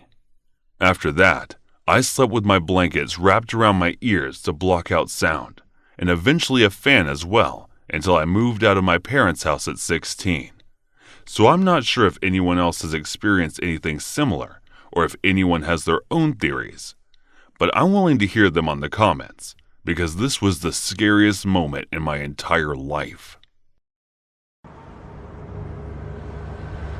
I live here in New Zealand, and late in 2018, I was feeling sort of lonely. So I decided to download the dating app Tinder to try and find myself a nice guy to go on a few dates with. Maybe even find myself a long-term boyfriend out of it. I ended up matching with this guy who'd come over from Australia, and we chatted for 2 weeks before we finally met up. The conversation was quite light, nothing too heavy, and it was fun. Like I said, it was from Australia. So we talked about Aussie things, and I remember telling him how much I wanted to visit Melbourne. He said that he'd been there once or twice and started making recommendations for some great coffee shops that he knew of. He seemed like a nice, normal guy, and when we agreed to meet, I was happy to do that. But then maybe 5 days or so before we were due to meet, he got really persistent and impatient. He would text me multiple times in a day, and if I didn't reply straight away, he would ask if something was wrong. I thought it was weird that he was being so clingy after starting off so confident. He kept trying to bring the date forward, so we could meet up sooner and would totally forget. If I had told him I was busy on a particular day, almost like he wasn't paying attention or didn't care about what I had to say. It was honestly really unusual for someone to be that persistent with me. I did guys before who were maybe a bit persistent, but only have a nervous excitement. Different kind of excitement than this awesome guy seemed to be. I just couldn't understand why it was that he could not possibly wait until the Sunday that we'd arranged to meet. It felt very narcissistic, and I should have seen it as the red flag that it was and not just meet up with him at all. I had the messages saved on my phone for a while, so I had a record of the exact dates and times that he sent some of the messages. So on the 2nd of December, he messaged me just after 9 a.m. saying, "Good morning, how are you?" And again about an hour and a half later. I didn't reply to the first message because I was asleep, but I think he took it the wrong way because he said it was fine if I changed my mind and didn't feel like going on the date. That was when I messaged him back and confirmed that I would meet him later on that day. We met up and went to a place called Revelry. It's a very standard bar, very popular, and lots of people go there, but it's definitely more of a nighttime bar. I had never drunk there during the afternoon or the daytime, but it was open, seemed like it had a chill atmosphere, and he wanted to go there, so that's where we went. He was a bit bigger than the pictures on his Tinder profile showed, and it was obvious that he had put on a little bit of weight. He had big distinctive eyes, and he was very, very clean cut. I mean, like his clothes looked freshly washed and ironed. He was also very well groomed, obviously took good care of his skin and stuff like that. Like he was really good looking. I remember asking him a lot of different questions, and he just sort of talked to me. He tried to ask me a few questions, but they weren't very in-depth ones. I thought he was a bit nervous, to be honest, but that's not unusual for a first date. But things start to sort of unravel at one point, because he had said one thing in messages about where he worked and a different thing on that date. I started to feel a bit uneasy, like I wanted to trust him, but as soon as he started to put on some inconsistencies, I began to wonder if he was just lying about stuff to impress me, because he was from Australia. I asked him the whereabouts that he had met his Kiwi friends, and he told me that all his friends were police officers or somehow involved in law enforcement. He said how he had met with them while out drinking in various bars. Have they gotten to know each other over time, and they regularly invite him back to their places over barbecues and stuff like that. He also mentioned that his best friend from Australia was coming over to be a Crown Court prosecutor. That's why I noticed that a lot of the stuff that he was talking about kind of had this running theme to it. It kind of seemed like he was obsessed with that sort of thing, which in hindsight explains an awful lot. I think he was sort of trying to process some of the things that he had been up to over the previous few days, and it came out in his conversation style. He obviously thought an awful lot about policemen, dead bodies, and ways people can be killed, prosecution justice in the court system, and it just came out in a very strange way like that on our first date. Like I said before, we talked quite a lot about him being friends with lots of different policemen, and he went into quite a bit of depth regarding the details of certain investigations that they apparently shared with him. He said that we're having a really tough time around the time because of bodies going missing in the White Toggy Ranges. He told me that police corpse sniffing dogs can only detect decaying flesh about 4 feet deep under the soil, so if the bodies are buried in a deeper than that, the police won't be able to find them. I thought it was a bit of a morbid thing to talk about on the first date, but it was an interesting fact nonetheless. He also got into a conversation about all the different kinds of poisonous snakes in Australia, and he became quite animated about it. He obviously had a passion for the natural world. It was quite out there, but I thought it was cute. I love animals too, so I was glad we had something in common and made me feel a bit more relaxed again. But then, right as I started feeling comfortable with him again, he started telling me this really bizarre and creepy story. He told me how crazy it is that a guy can make one little mistake and then go to jail for the rest of his life for it. He went on to tell me about this guy he knew back in Oz who had consensual intimacy involving choking with his girlfriend, then that ended up accidentally killing her in the process. He assured me that the whole thing was a horrible, tragic accident, how things just went wrong suddenly, and how the guy was really upset because he loved her and would never hurt her on purpose. But still, the guy got done for manslaughter and was sent to prison for a long, long time. What I know now is this could have been him testing on his story on me when he was able to see that I was a bit uncomfortable with what he was saying. He tried to change the subject, so we could talk about more mundane things. I didn't try to make a swift exit or anything. I'm quite used to dealing with all sorts of people.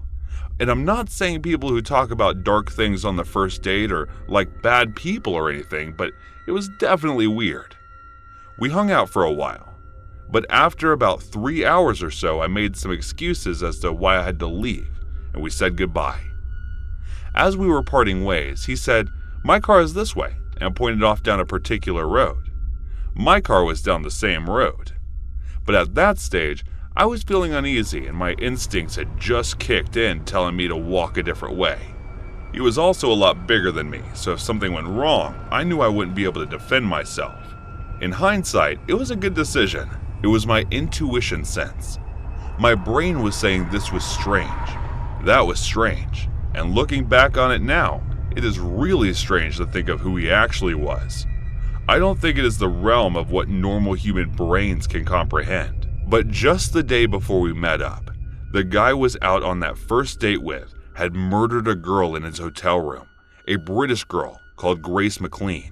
The reason he had brought up his friend accidentally strangling his girlfriend is because that's exactly how he'd killed her. Although whether or not he was on purpose is another question entirely.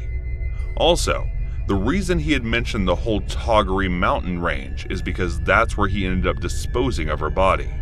And all that other stuff about sniffer dogs was research that he'd been doing the previous night that was still sort of consuming his mind. It is hard to look back and think that that had just happened to her. From what I understand, while we were on our date, her body was still in that hotel room of his, hidden under the bed or something, wrapped in a blanket. There's nothing I could have done. And I know that now, but it is still really hard to come to terms with that. I do think if it had been a date in the evening, potentially, I could have been a victim. I take a lot of solace in the fact that I do have my wits about me and do take safety in online dating quite seriously. And that is nothing against any women who are willing to go home with someone on the first date. But I do want to say to young women who take one more step in your thinking when you're on a date to see how well you know this person actually. Since then, I have been on dates with lovely, trustworthy men, but think how well do I really know them? It has made me go a little slower and divulge a little less personal information to them. I know in modern dating, it is quite common to give people your Instagram handle, but you aren't giving people access to a lot of personal information. It is really dangerous. And I just want to encourage people to take a step back and think before they do that. There's nothing wrong with taking a step back, taking it slow and pacing yourself a bit. Alcohol has a big effect. It is part of the social fabric of dating and part of life these days, but it still comes with a massive risk. Women need to be really aware of how much they are drinking on dates, and unfortunately, drinks are sometimes spiked. We live in this world where people are still idealistic about how things should be on dates, but incidents like these take things back 10 or 20 years, or women are still having to grip their keys between their fingers, or can't leave a drink on the table. We aren't as developed as we think we are in areas such as dating. Technology has gotten ahead of us. I think people are as they always are. I think with the advancement of technology, we thought we would become more refined, but we are just the same, but with new technology. I think the invention of dating apps is a wonderful thing, and I wouldn't want to live in a world without that. But I just wished for a world where women don't have to think about their safety all the time. This experience took place 4 years ago, after my time at the all-boys school, and I was back in Boston. I was 20 years old, and I was gearing up to go off to college in another state. Before I left, I made it a priority to spend as much time with my friends before our respective journeys into college life tripped us apart, and they always tend to. A friend of mine invited all of us high school friends to a bonfire in the Leominster, Massachusetts. For those of you who have never been to Leominster, it is basically the countryside of Massachusetts, where farming life and skiing resorts are plentiful. My friend, we will call him Chase, family owned a plot of land out there in the countryside that has been in his family since the early 1920s. I was excited to go because I used to live out there when I was very young, about 5 years old, and haven't been out there since then. A few other friends, we will call Kendrick, Sophie, Talia, and Kane, decided to carpool up there. Since Talia and her mom own a minivan that she scored for us to travel in for that weekend, about 15 minutes away from our location, Kane asked Talia to pull over in a liquor store to buy some drinks. Keep in mind, some of us were only 18 to 20 years old, but Kane just turned 21, so obviously we stayed in the car well. He went in to get the drinks. My excitement went up another level as up until this point. I never had alcohol before, and this will be the first time after Kane returned with drinks. Talia drove us the rest of the way to Chase's place. When we arrived there, it was just about sunset, and Chase was standing outside waiting for us with his arms extended, and that gesture of what took you so long to hit parked, and we poured out of the van. His cane showed up, chased the alcohol, and Chase's frustration quickly shifted to a smile, as if all things were forgiven. Chase ushered us to the back of the home, saying that we had already started barbecue in and food was practically done and getting cold. Later, as it was dark outside now, and my friends now were sitting around this bonfire, which was stacked with broken pieces of the family barn that was located a few yards from the actual house, with hay used as kindling, laughing and carrying on about high school memories. I was on my second beer at this point, drinking slowly as I didn't want to get drunk, as this was my first time drinking and I was afraid I'd pass out and miss the festivities. But I did have to pee. I announced I was going to take a leak. Chase reminded me to turn on the generator before heading in, so you can turn on the lights since this place lacked electricity for some reason. I assured him that I would as I stood up, but a sudden head rush overtook me. I was buzzes. I stumbled back. Kane laughed and called me a lightweight, and the rest of my friends laughed. I gave Kane the finger as I turned and started toward the house. Where it is, I was in the middle of the bonfire in the house. I felt compelled to look over at the dark barn. I don't know why, but I did. And I studied it for a moment. And just as my eyes were completing its scan of the barn, my eyes instantly were fixed and my jaw dropped. His panic took over me. Through the orange glow of the bonfire, illuminated the barn partially. Standing in the doorway of the barn, there was something standing there, staring at my friends, like this person was just glaring at them. At first, I thought it was one of my friends over at the barn, just wanted to check it out. So I looked back at my friends to see which one of them guys was over there. But all 5 friends were standing around the fire having good time. My eyes widened at this point, and I looked back over at the barn. And just when I did, the person who was once glaring at my friends was now glaring dead at me. He noticed I spotted him. I stood still in panic and shock because there was an intruder on my friend's property, and I needed to inform the others so we can run and get to safety and phone the police. And I felt goosebumps radiating through my body as it did before a long time ago, forced me to remember the silhouetted man from my school 4 years ago. This prompted me to fully study this intruder in case I needed to give a description to the police later. But when I did, I noticed the man was standing there, but his lower half was faded due to the glow of the bonfire, and his solid state was visible in the shadows. It was then that I realized what I was seeing. I mentally tried to calm myself as I fixed my eyes on this ghost who had not broken his glare at me. I muscled up the courage somehow to glare right back at him. I was now locked in a stare down with this figure for what seemed like minutes, but it was more like a few seconds. Just then I heard Sophia, "Hey, did you pee yourself or something?" Her words pierced my ears as I heard my friends laughing and asking why I was just standing there, but my eyes never broke from this figure. Just then, I felt this sudden burst of anger take over me like a fiery wave. As I was flung into the inferno of a bonfire, I felt sweat beating down my cheeks as I glared at this ghost who was glaring back at me. Just then, the ghost sort of smirked at me, as if he was taunting me. This enraged me further, as I could hear footsteps approaching from behind me. It was Kendrick coming to check up on me. As I heard him say, "Dude, what's up?" Just as Kendrick asked that, I bolted. I charged towards the ghost as if we were about to go to war, and the ghost stood for a few seconds, never breaking his glare on me. I felt my heart beating against my chest as each step I took. I became hotter and hotter. I felt like I was a man on fire. As soon as I was a yard or two away from this ghost, he steps into the barn out of sight. "Get back here!" I remembered shouting. I got to the barn doorway where the ghost stood and flung the door open and stood there expecting to see him waiting for me. But nothing. I was staring into pure darkness of the barn. I remember my heart beating hard against my chest. My sweat-drenched shirt clung to my body. Heavy breathing, ready to adrenaline coursing through my body as I was ready for a fight that would never come. The next thing I knew, Kendrick, Kane, and Chase ran up to me and grabbed my arm, knocking me out of my daze. My body instantly felt normal, so I no longer felt like I was on fire. Completely confused, I didn't know what came over me. I never felt such anger before, as I am known for my buds as being a very chill guy, but I was truly ready to rip this ghost guy's head off of his body, or lack thereof. My friends figured out that I must have been drunk or high or something to rationalize why I acted like that. They began escorting me back towards our bonfire, where Sophia and Talia was sitting looking at me with concerned eyes. Still trying to rationalize what I've just done as my friends guided me away, I turned my head to look at the barn's door, which was still wide open once more. And I kid you not, deep into the dark barn, I saw him.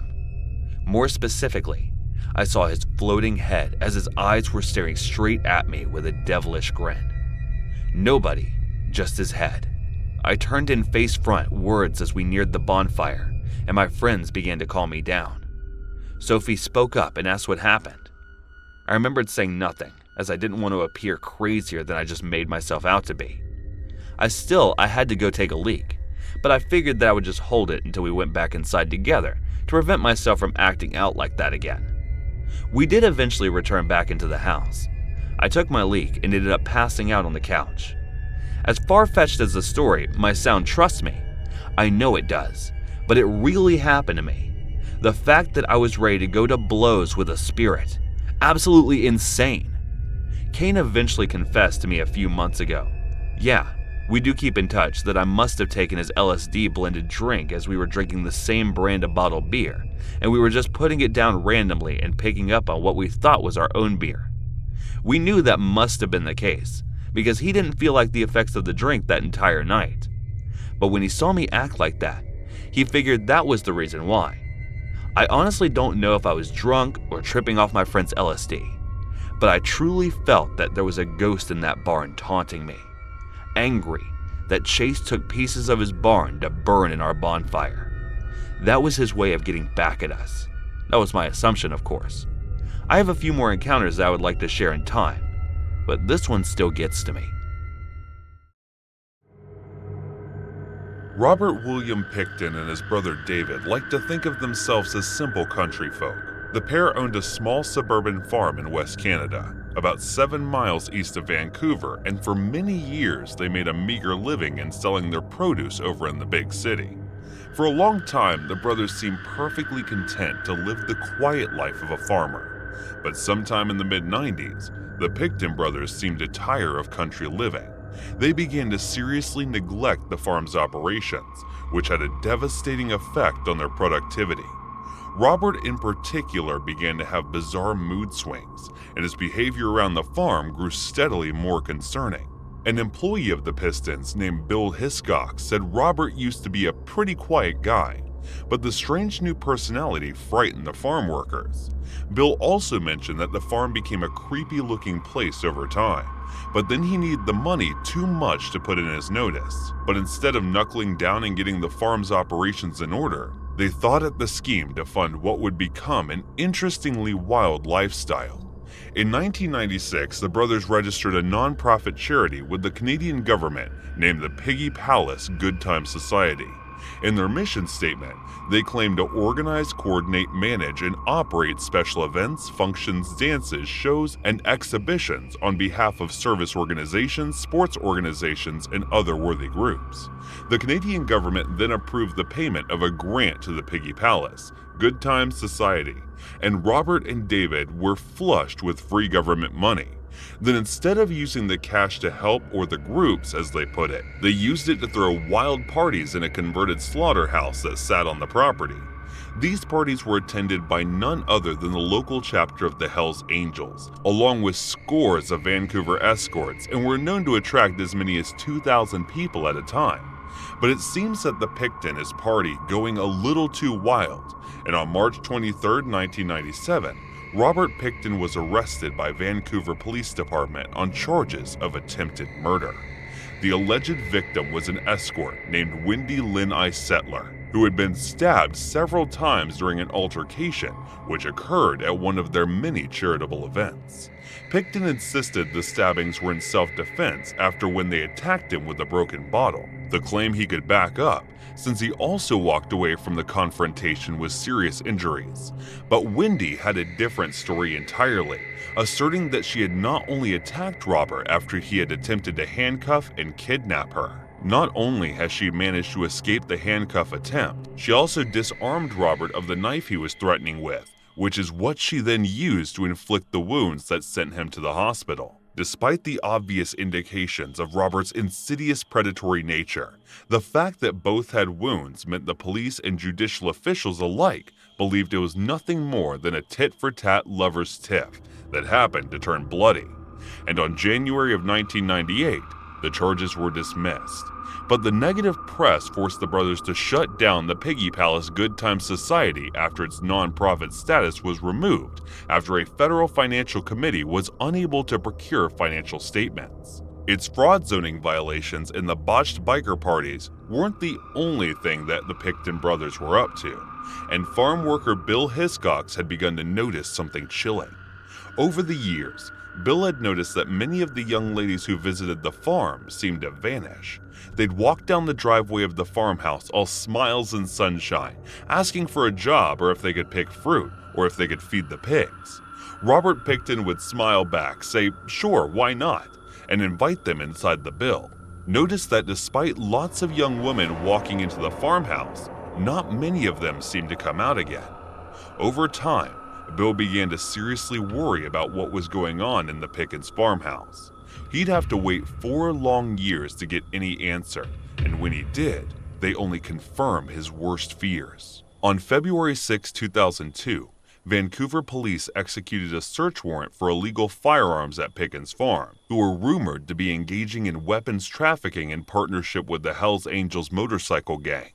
Robert and David were arrested, and an intensive search of the farm was conducted.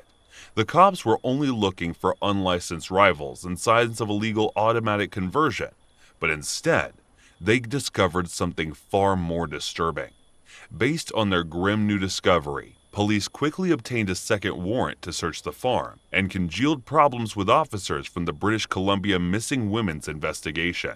Personal items belonging to several different girls were found in Robert's possession, and the farm was subsequently sealed off for excavation. When specialist forensic investigators arrived at the Pickton farm to begin the exhaustive process of digging through the dirt, they figured it would make for grim work.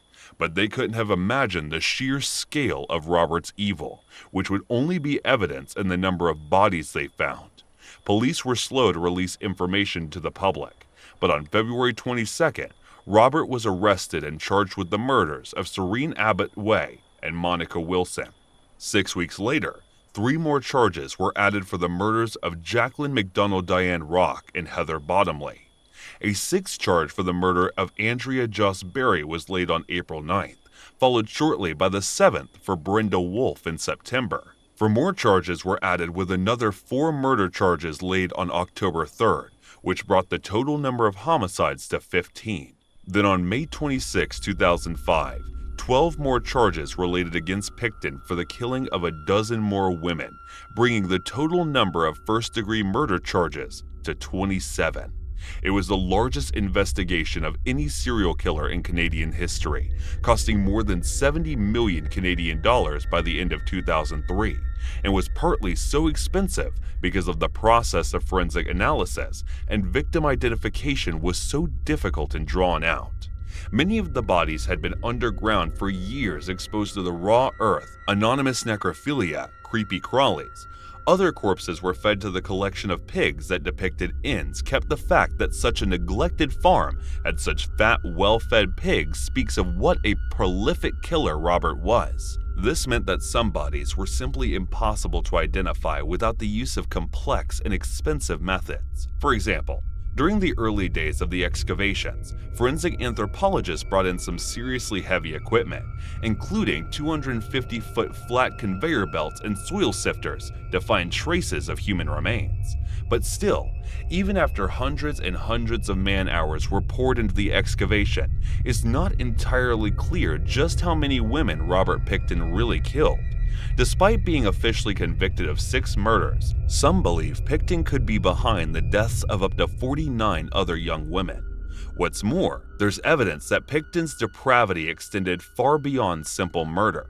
On March 10, 2004, the Canadian government released a statement saying that Pickton may have ground up human flesh and mixed it with pork that he sold to the public.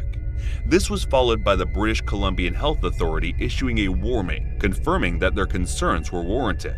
After Pickton was convicted, many people started coming forward and talking to the police about what was going on at the farm. One of the witnesses that came forward was named Lynn Ellingson, who claimed to have seen Pickton skinning a woman hanging from a meat hook years earlier. She did not tell anyone about this out of fear for her life. Additionally, Ellingson admitted that she blackmailed Pickton over the incident on more than one occasion, which only further secured her silence. The items police found inside Robert Pickton, his trailer, also speaks of how disturbed he was. Cops found a loaded .22 revolver with a Marshall aid over the barrel, and 1 round fireboxes of .357 Magnum handgun ammunition, night vision goggles, 2 pairs of Fox for line handcuffs, a syringe with 3mm of blue liquid inside, and some Spanish fly aphrodisiac. But even more disturbingly, police got their hands on the videotape, which contained footage of Pickton's friend Scott Chubb. In the short home video, Chubb is filmed saying that Pickton had told him a good way to kill a female heroin addict was to inject her with windshield washer fluid. A second tape was also played at Robert's murder trial, in which an associate of his says Robert had mentioned killing escort workers by handcuffing and strangling them and bleeding and gutting them before feeding them to pigs. On December 11, 2007, after reading 18 victim impact statements, British Columbian Supreme Court Judge Justice James Williams sentenced Pickton into life with no possibility of parole for 25 years, the maximum punishment for second-degree murder and equal to the sentence which would have been imposed for first-degree murder conviction. As of 2015, the Pickton farm had been completely fenced off to the public and is under land by the Crown and Rights of British Columbia. Other buildings on the property except the small barn had been demolished. The place will never stand. There's a sick memorial to one of Canada's most prolific killers. In the end, the police merely had the appearance of being a farm, a drove of pigs or broken down tractor, or things that might fool the ignorant. But in fact, the farm had become a cemetery for vulnerable young women, who, as their killer knew, would barely be missed. It seems we like to think of Canada as America's friendly neighbor to the north, a land of bacon and apologies with a room temperature crime rate. But the idea is a myth, and the whitewashing of Canadian culture, or maple washing as it has come to be known, is a very real thing. There appears to be a deep well of evil in the Great White North, too, and it's just as deep and troubling as the one down here. But last autumn, my dad gave me something that he'd been keeping hold of that would spark off something of an interest in the First World War. It was the 11th of November, Armistice Day, when my dad walked into my room and handed me a small leather-bound book that looked like it was 100 years old. But I suppose that's because it was, in fact, even older than that. He told me to be very, very delicate with it because it was a family heirloom and incredibly precious. The kind of thing that could easily find its way into a museum one day, but instead, we kept it as a close reminder of how our family had a close connection to one of the most horrific events in world history. Before that, history was something of an abstract concept, something that dead old man did that had little bearing on my own life. But in that moment, I realized it was just as flesh and blood as I was, since my family had a deep connection with it, that it was just as much a part of me as it was for them. My dad explained that the little book was a diary kept by my great-great-granddad, who had fought with Northumberland-Fusier in the Battle of the Pressing during the First World War. And since it was Armistice Day, that it was a perfect time to get me to get acquainted with that. But as I said, it wasn't just an account of his experiences in World War I. It was a record of how he had been present at one of the darkest episodes in the history of humanity. It was the 22nd of April, 1915. Just after dawn this morning, the Germans opened up with a very heavy torrent. It was a lot of rifle bullets at first, pinging over our heads as he got down in the trenches. But then, we heard the machine gun fire, kicking off this clacker, clacker, clacker. The bullets whizzing over our heads. We didn't know what they were trying to hit. All that fire seemed like a waste of bullets, and despite all the racket, we actually laughed at how we seemed to have been sent to face a division of blind Germans. But as it turned out, they were all part of their horrible plan to get us as low down in the trenches as they could, to be fodder for what came next. Once the fire had pettered out, I took a little look over the trench to make sure that there were no German stormtroopers rushing our trenches to toss bombs inside. But just before I did, I heard the strangest noise coming from no man's land, like a kind of sizzling you might expect to hear from a pan of frying bacon or the like. Then, when I finally looked, I saw something that made my blood run cold.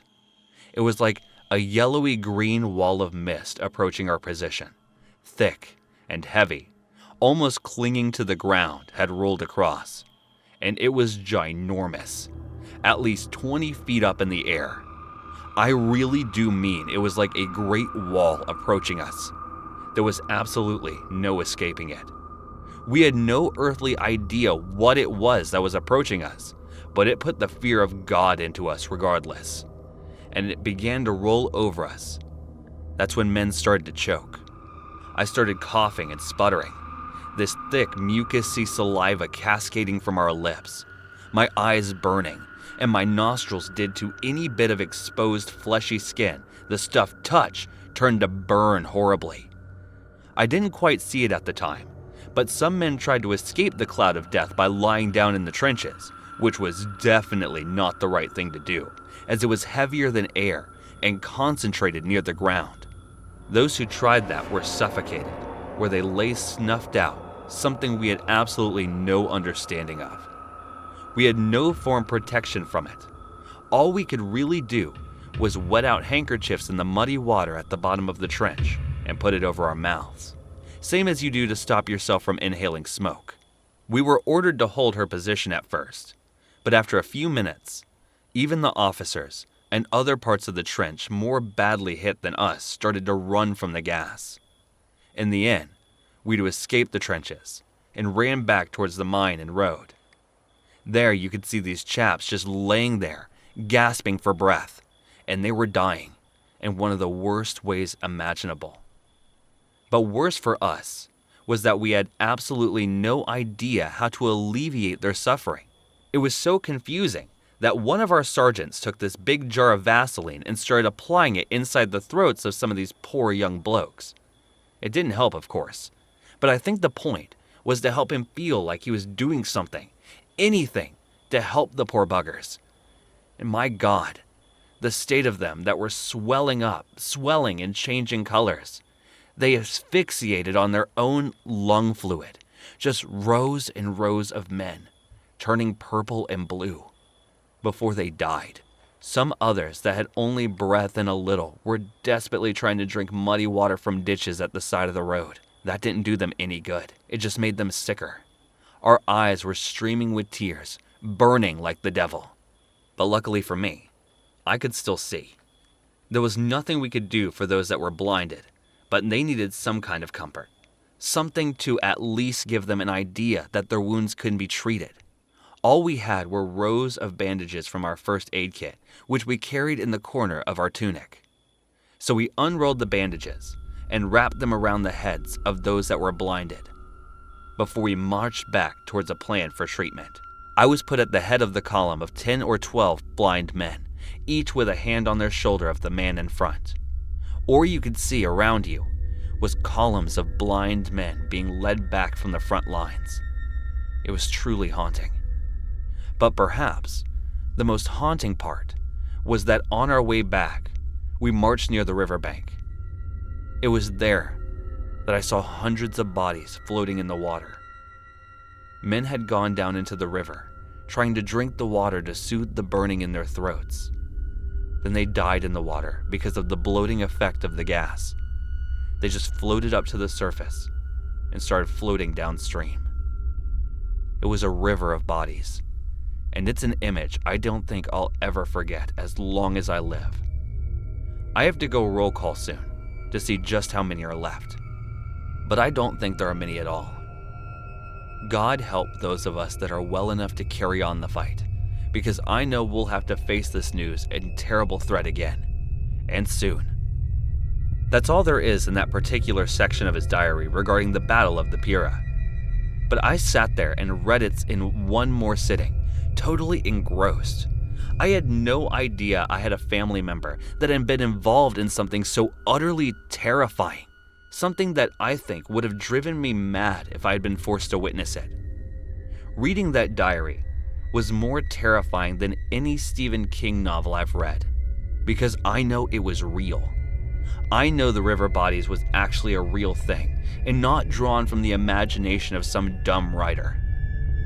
After that, I couldn't stop reading about World War I, knowing my great-great-grandfather was a part of it. A lot of it is pure horror, but nothing disturbed me as much as reading about the first gas attack. I'm sure you all agree. Being subjected to that sort of new and terrifying technology would have truly been hell on earth. I used to work for the Chico County Sheriff back in the mid-90s. Chico really in the middle of nowhere, the poorest place in the entire state of Arkansas. But when I was a deputy, there was never more than about 10,000 people in the entire county.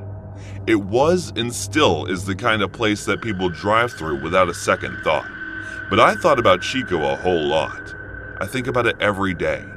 Sometimes it's all I can think about, no matter how much booze I sink or how many pills I take. And back in the fall of '96, Chico started to become flooded with a kind of low-grade crystal methamphetamine that was called crank or biker meth. High-grade meth forms crystals, hence the name, but the low-quality stuff is just a powdery white substance that can burn up the user's throat because of the stuff it's cut with. We were finding that junk everywhere. It was decimating the poor folks out there. It was in the schools and the bars, even in the churches.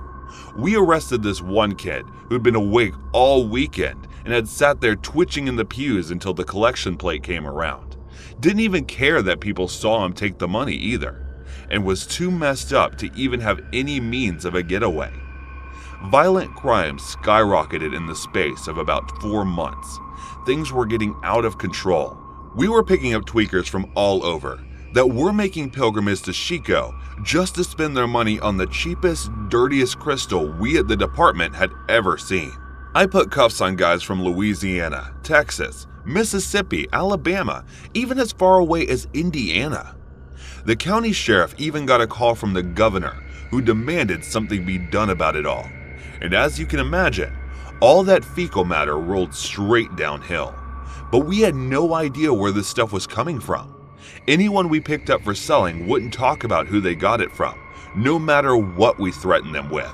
And they were like crystal commandos. And from my experience, that's just not like tweakers to cover for each other. They'll do anything to stay out of jail, because it usually means a forced detox. But these dealers, they kept their mouths shut. Like they were full-blood mafia, like Crystal Nostra or something. Like they were more scared of the guy selling it to them than they were of us. We bagged one guy with 6 pounds of the stuff, and it was me that drove him over to the county for booking. Afterward, I went back to my car, and there was all this might have caked onto the floor and into the back seats, my cruiser. I mean, it was everywhere. I smelled real bad, and I was livid that he had made such a freaking mess. But then it hit me. All that mud had come from somewhere, right? By the looks of it, we managed to bag the guy just as he got in the re-up from his connection. So wherever the sky just came from was muddy, real muddy, like maybe somewhere out near the Mississippi or one of the lakes out here in Chico. I decided to take a drive just to see what I could see. Maybe a little walk to have a feeling took me besides. What's the worst that could happen? I found our crystal cooks and brought them in for the big win. Well, as it turns out, that actually was the worst thing that could happen afterwards. I never be the same again. I spent a lot of time fishing with my pa when I was a kid. That's pretty much all there was to do in Chico, a county of over 40 separate lakes and reservoirs, and I've been to almost all of them.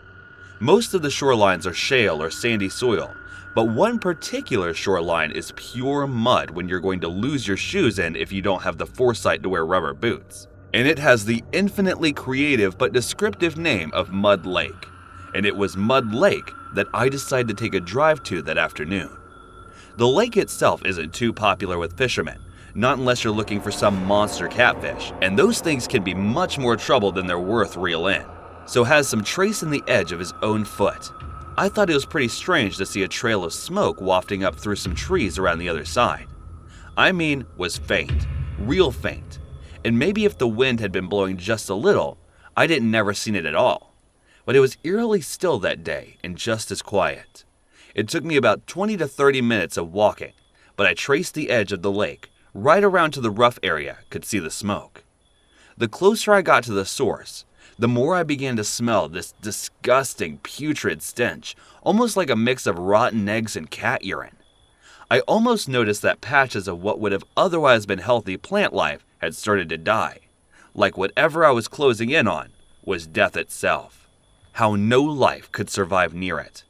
I thought about turning back a few times, but eventually came across when I was only described as a suit, used of wood panel and corrugated iron shacks. I know I should have called out to see if anyone was home or announced myself as a deputy and demand that whoever was inside should come out. But the feeling of dread in the pit of my stomach just seemed to stop any words from coming out of my mouth.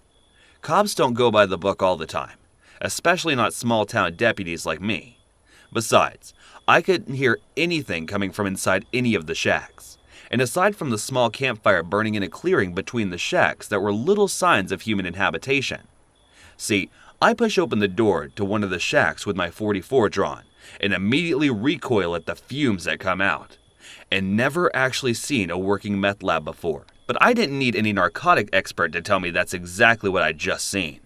There was all kinds of trash strewn around in their discarded packaging, from cold medicine, batteries that had been cut open, used coffee filters, and what wasn't included, all the improved glassware set up on the small table that I had heard stories about how bad they'd smell from all the chemicals being mixed up in them, which must have been where that cat pee smell was coming from, and backed off from the shack, coughing and sputtering, feeling nauseous with my eyes streaming. I felt awful, but at the same time, kind of elated. I was almost certain that I had found our meth cook. It was only when I searched the other shacks that I began to feel really freaked out. The first one was evidently some kind of sleeping area. The two camping cots set up on either side of the shack. The only thing was, they didn't look used at all.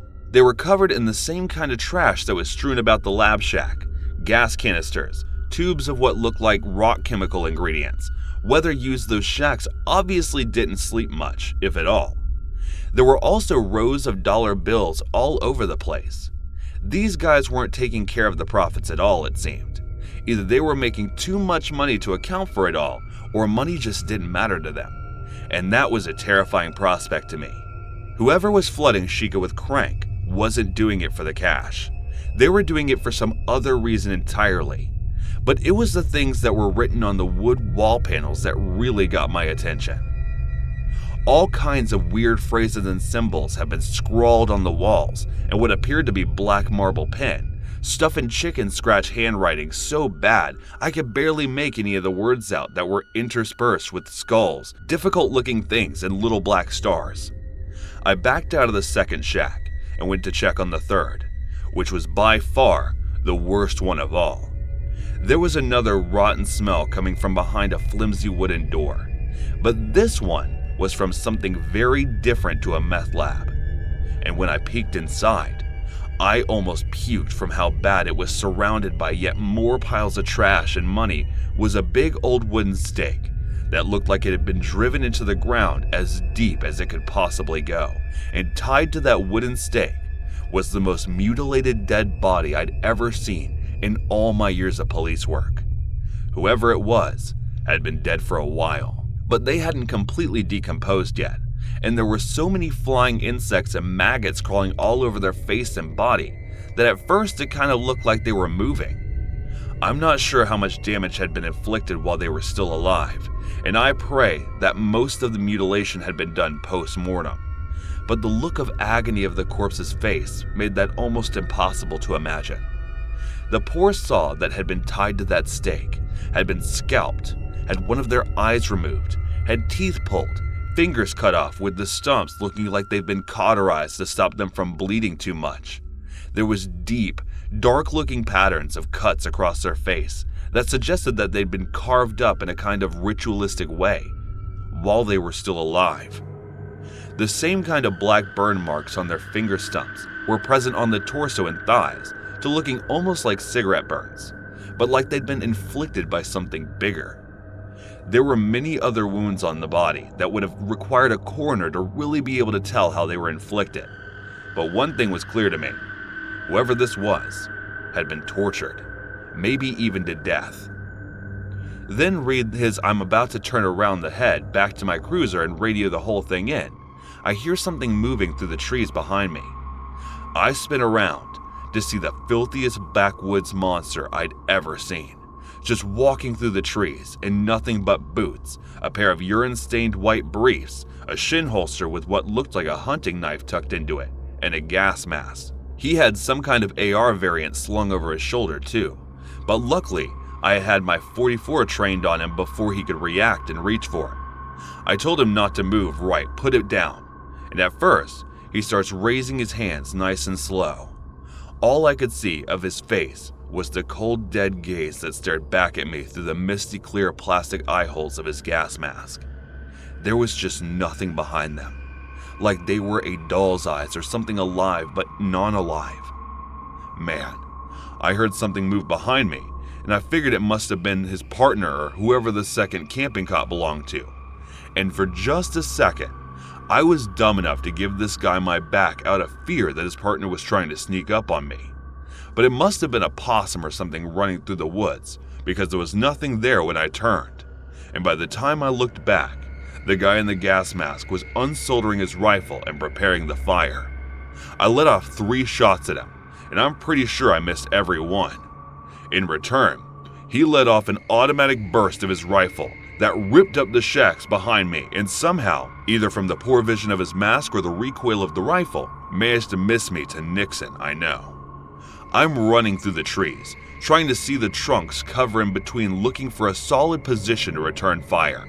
I can hear the sky barking like a rabid dog while he's chasing me, and I fire 3 more shots in a running gun battle that leaves my .44 empty. He replies with another burst of his rifle, and although it didn't feel like I'd been hit right away, I suddenly found I wasn't able to run anymore. Like I suddenly lost all feeling in my right shin. A human makes this mudded whipping sound like he must have seen me go down and realized one of those shots that hit the mark. But from the lack of follow-up fire, I figured that he too must have been out of ammo. I didn't see any spare magazine on him, and he was half naked after all. But he didn't have the knife on him, and I could hear him hollering about how he was going to use it on me as he took off after me through the trees. The whole time, I'm reloading my .44. I'm thinking about the state of the body back there in the 3rd shack and how he'd have all the time in the world to work me over. Just as I'm assuming he had done to the poor soul that was tied to the stake, that was the most afraid I'd ever been in my entire life. Every single other emotion pales in comparison to the intensity of that fear. I was shaking so bad I could barely load my revolver. Even with the speed loader, I could barely manage it, but somehow I did. Rolling once my back and aiming just in time to see the monster coming through the trees, me with his knife in hand, I pull all 6 bullets into him, and then watch them collapse into the dirt like a sack full of rocks. It wasn't over though. I still had to crawl back through the mud and the blood to my cruiser, and I had to sneak past the cook's dead body in order to do so. The whole time I'm crawling past him, I was expecting his eyes to just open suddenly like a horror movie or something, for him to roll onto my back and plunge that hunting knife into my neck. While I was trying to crawl away, every second was drawn out of my heart racing as I tried to keep one eye on the guy and one eye ahead of me. But he didn't wake up. No one just gets up after taking 644 slugs to the chest. I was retired on medical grounds not long after. Doc said the bullet that hit me fractured when I hit the shin bone, and there's been a piece of lead still stuck in my right leg ever since, meaning I now walk with a permanent limp. But that's just the physical scarring of what I went through that day. Sometimes, I think the mental after effects have been way worse. I barely slept a wink for months, and if I actually did manage to drift off after drinking myself into a stupor, the nightmares would be enough to have me waking up screaming, having soaked the bed sheets with cold sweat. I got so bad that my wife couldn't sleep in the same bed as me until hours upon hours of therapy sessions gave me some small measure of closure. I thought for a while she might divorce me, because the man that came back from Mud Lake just wasn't the same as the one that drove out there. I'm doing much better now.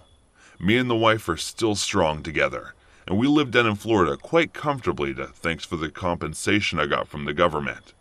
I got a Medal of Valor from them for something most guys would keep on display somewhere, but I keep that thing locked away in a drawer. I figure, maybe if I write something like this, it might help process what happened back at Mud Lake, thinking that it might help me get past it. My therapist thought it might not be a good idea, and I told him I'd rather just forget. But I know that it's not possible that the memories of Mud Lake will stay with me until I'm as dead as the cook in his gas mask.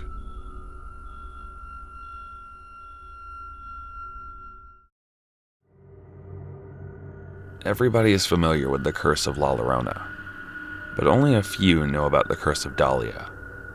One curse that has haunted the people of Kentucky for generations and has made them hate Easter like nothing else. It all began in 1905 in the countryside of Kentucky, when Dahlia, a local woman, invited everyone to her Easter lunch. Dahlia was a local woman living alone. Her husband died in the war, and her children died of hay fever. She was all alone now and was very active in her community, helping out everyone she could. She would find her happiness in the happiness of all the other children in the community. And then one day, everything around her changed for the worst. One Easter morning, Dahlia invited all the children in her community to come and have an Easter egg hunt, and even prepared them all their favorite foods and delicacies.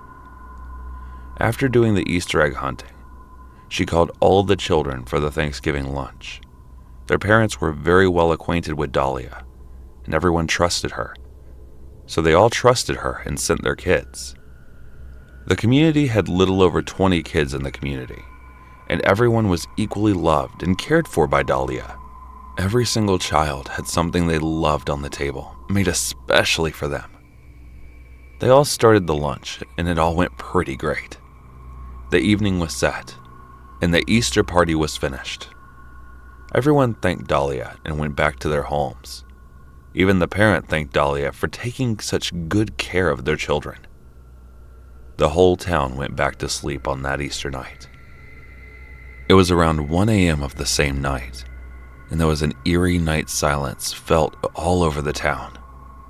Even a cracking leaf couldn't put a dent in it. But it was the wailing sounds from Maxwell's house that broke the eerie silence.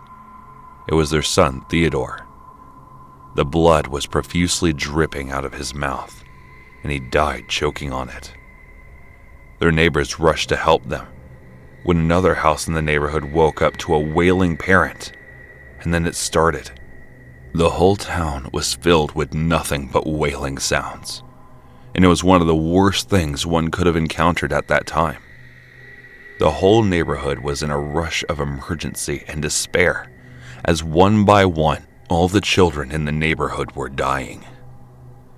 By the time it was 5 in the morning, the whole town had turned into a big graveyard. Every child in the community was now dead. Some died in their sleep, and some died trying to get to their parents. The morning sun brought them chaos and darkness. Every single child that attended the Easter party Dahlia was now dead. They all died with blood coming out of their mouth. They were furious, and they went to confront Dahlia and barged into her home, telling her what happened. Dahlia was distraught to hear the news, and she pleaded that she wasn't guilty of the crime. But the townspeople were not ready to hear her case, and they blamed her for poisoning the food of their children. The people in the community were filled with rage and anger and warned her about the consequences her action will now bring upon her. A large funeral was held for all the children. It was probably one of the gravest days the town has ever witnessed. The town had no evidence against Dahlia, and the leftovers were tested for the poison. No poison was found in any of her foods, and she was cleared by the police. Dahlia was now an outcast in her place, and was haunted and devastated by what had happened. The whole community stopped speaking to her. Sooner, the rumors of her being a witch started to spread, and people started linking her to the satanic cults that were prevalent in those years. Some even say that she was associated with the witches that were burnt alive in Salem witch trials. And so started the long rumor of Dahlia being a witch. As time passed by, people started bullying her, and because of total social exclusion, she started becoming more and more grumpy, but was still very traumatized by it all. It was the first year since the death, and Easter morning was upon the grieving community. The whole town came together and decided to conspire against Dahlia and make her pay for what she did. On the night of the Easter, the whole town gathered around Dahlia's house, and they all decided to put the end to all her witchcraft. 4 men went barging into her house and woke up her and dragged her out by her hair and brought her in the front porch of her house. The whole community was now gathered in the front lawn. As they dragged her out, 4 more men came in with the cross and without hesitation started crucifying her on it. They took the nails and hammered them over her wrists. Dahlia was crying and pleading to let her go, but everyone was furious. Every single father and every single mother of the deceased children were out there, eagerly watching her, cheering and shouting, "Crucify the witch! Crucify the witch!" Now Dahlia was crucified, and there she stood on the front porch of her home while one of the fathers poured gasoline all over. And as they all gathered around to see her confess one time, one of the mothers said, "Just confess, and maybe we will let you go." Dahlia was not crying anymore, and there was no pain stronger than the pain of betrayal and mistrust, the pain she had already felt. She looked at all of them and smiled. "You are crucifying me, accusing me of being someone I'm not, and I did not kill those children. I loved them, and when I will stand by the Lord above, everyone will see that I am of purest intentions. Once you realize that you'll remember all the good and all the help I gave, and that is when the curse will hit you." The angry father torched the whole house, and she got burnt right there with the house. But not a single scream was heard. The house was burnt to the bones, just like Dahlia, and all that was left was the skeletons. And so the life moved on for the community, and the house became a haunted, vacant moment of sadness and betrayal. A betrayal felt by both the community and Dahlia. After 2 years, the reports from one of the child's postpartum concluded that the source of the poisons, a candy, and that candy matched that of the local candy owner. It was him that poisoned the candy. One of the witnesses confirmed that the local store owner did buy them all candy for Easter, and upon pressing, he did confess doing that. And it was this when the whole community realized that they accused and punished to the one person, and that too, a person who cared, loved their children. The grief of their loss was now turned into remorse, and all they could feel was guilt and sadness. They all started blaming each other, and the unrest of blame and remorse haunted the town. And on the next Easter, when the town remembered the horrific events, something abnormal started happening. One of the fathers who torched Dahlia hanged himself. And in the next 4 days, all the 4 men who crucified Dahlia killed themselves. And every day for the next few days, every single man that ever accused Dahlia of murders and witchcraft hanged themselves. The whole town was now becoming a big graveyard, and all that was left were the women, the distraught and devastated women who had no clue about the extent of the curse, just roaming the streets, helpless and deranged.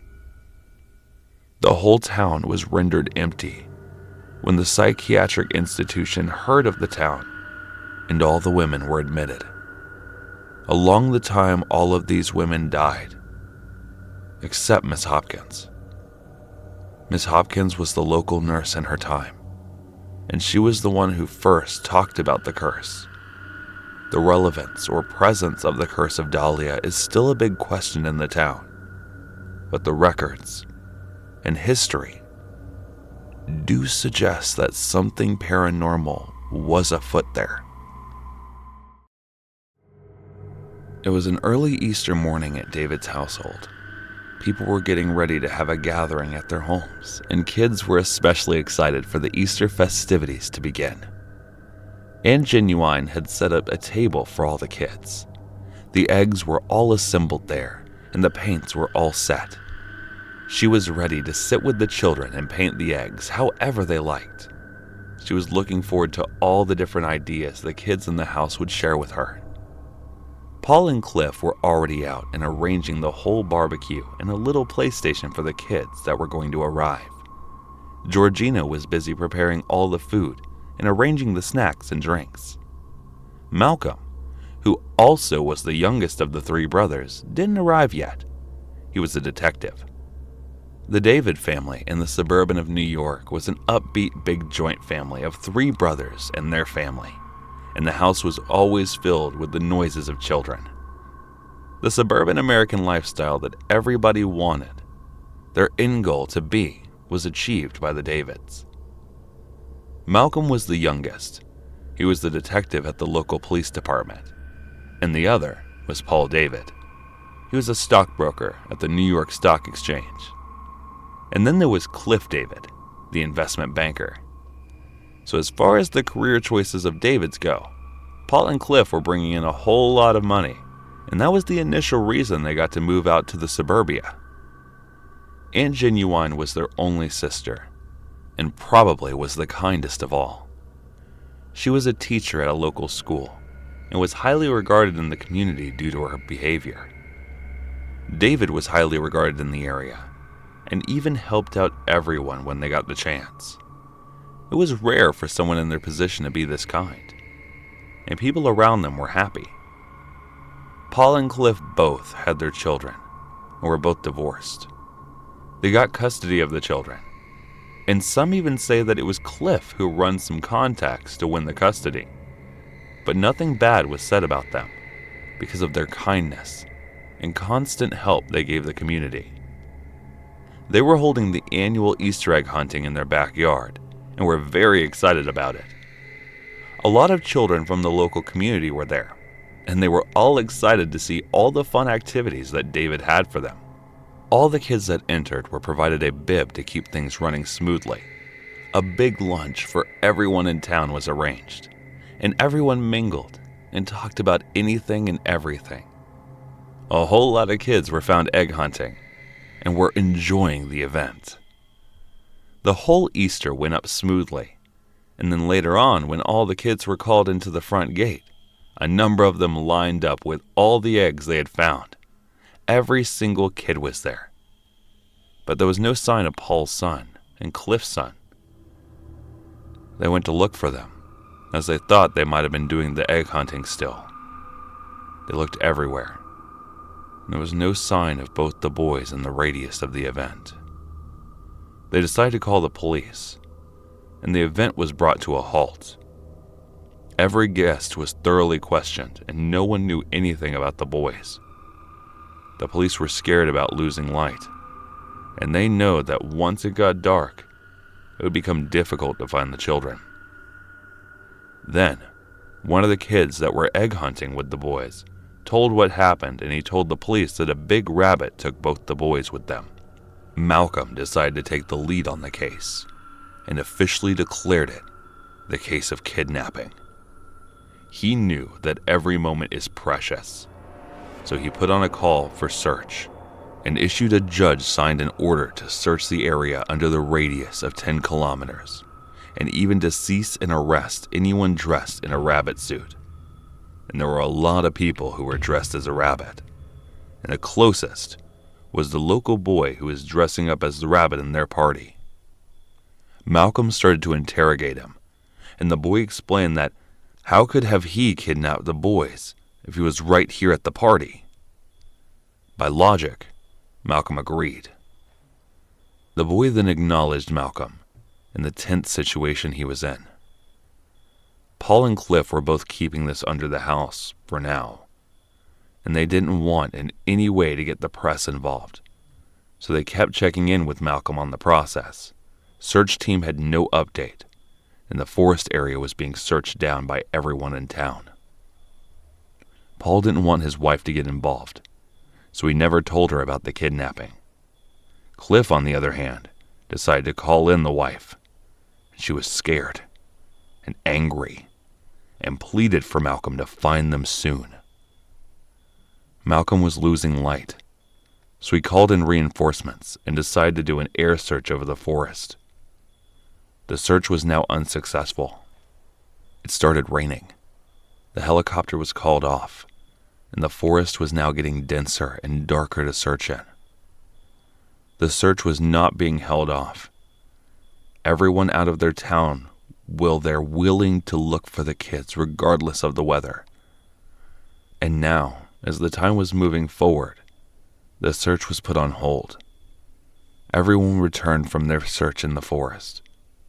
Everyone stood by their side all the time, and there was not a single person in the community that wasn't willing to do everything possible. The night passed, and everyone was still wide awake and everything they could. Malcolm decided to do a run-through for every dress vendor in the block to see all the other rabbit costume rentals. One by one, they started interrogating everyone who had the rabbit dress on, but there was no luck. Everyone's alibi checked out. There was no clue to as who was the giant rabbit who took the kids. They decided to another full sweep of the house, and surprisingly in the basement, found another rabbit costume. They decided to send it to the forensics to get the prints, and prints they found didn't match anyone in the system, and so the next suspects were the people in the house the other day. There were only 3 people who had the access to the basement: Paul, Genuine, Malcolm. And weirdly, none of them seemed to be the suspect. But Malcolm still decided to get everyone's prints. 3 days had gone by. There was no clue to as where the kids were. they waited for the results on the prints on the costume found in the basement. It wasn't a match, meaning there was a fourth person inside their basement. They were clueless about the intruder because of the event. In a surprising turn of events, one of the dry cleaners who rented the rabbit costume noticed an irregularity in his ledger.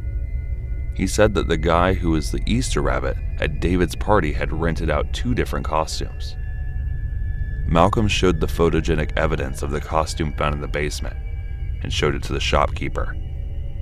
He confirmed that it was the same costume. Malcolm was pissed that he let the man slip right under his fingers. They put an APB on the man and issued a nationwide arrest for the man. 3 days later, the guy was found in an alleyway in a completely different state. He was planning on escaping the country. He was questioned after he was brought in. He agreed to have kidnapped the children, but he said that all he did was hand out the children to a woman. The description of the woman matched that of Paul's wife. Their doubt became clear, and maybe the reason why she never called him back when Paul tried to inform him about the lost children. Malcolm took a SWAT team and decided to raid her house. But to his surprise, the house was empty. The case twisted itself even more. They brought in surveillance tape from every bus station, every railway station, and the airport to see if they ever left the state. But there was no luck. Paul suggested Malcolm look for them at the family cabin in the forest up north. They decided to move, and it turned out to be an inn lead. There was no one.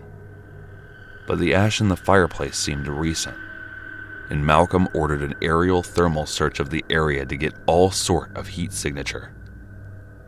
2 hours after the big search, the helicopter picked up 3 heat signals, and it was from inside of the river.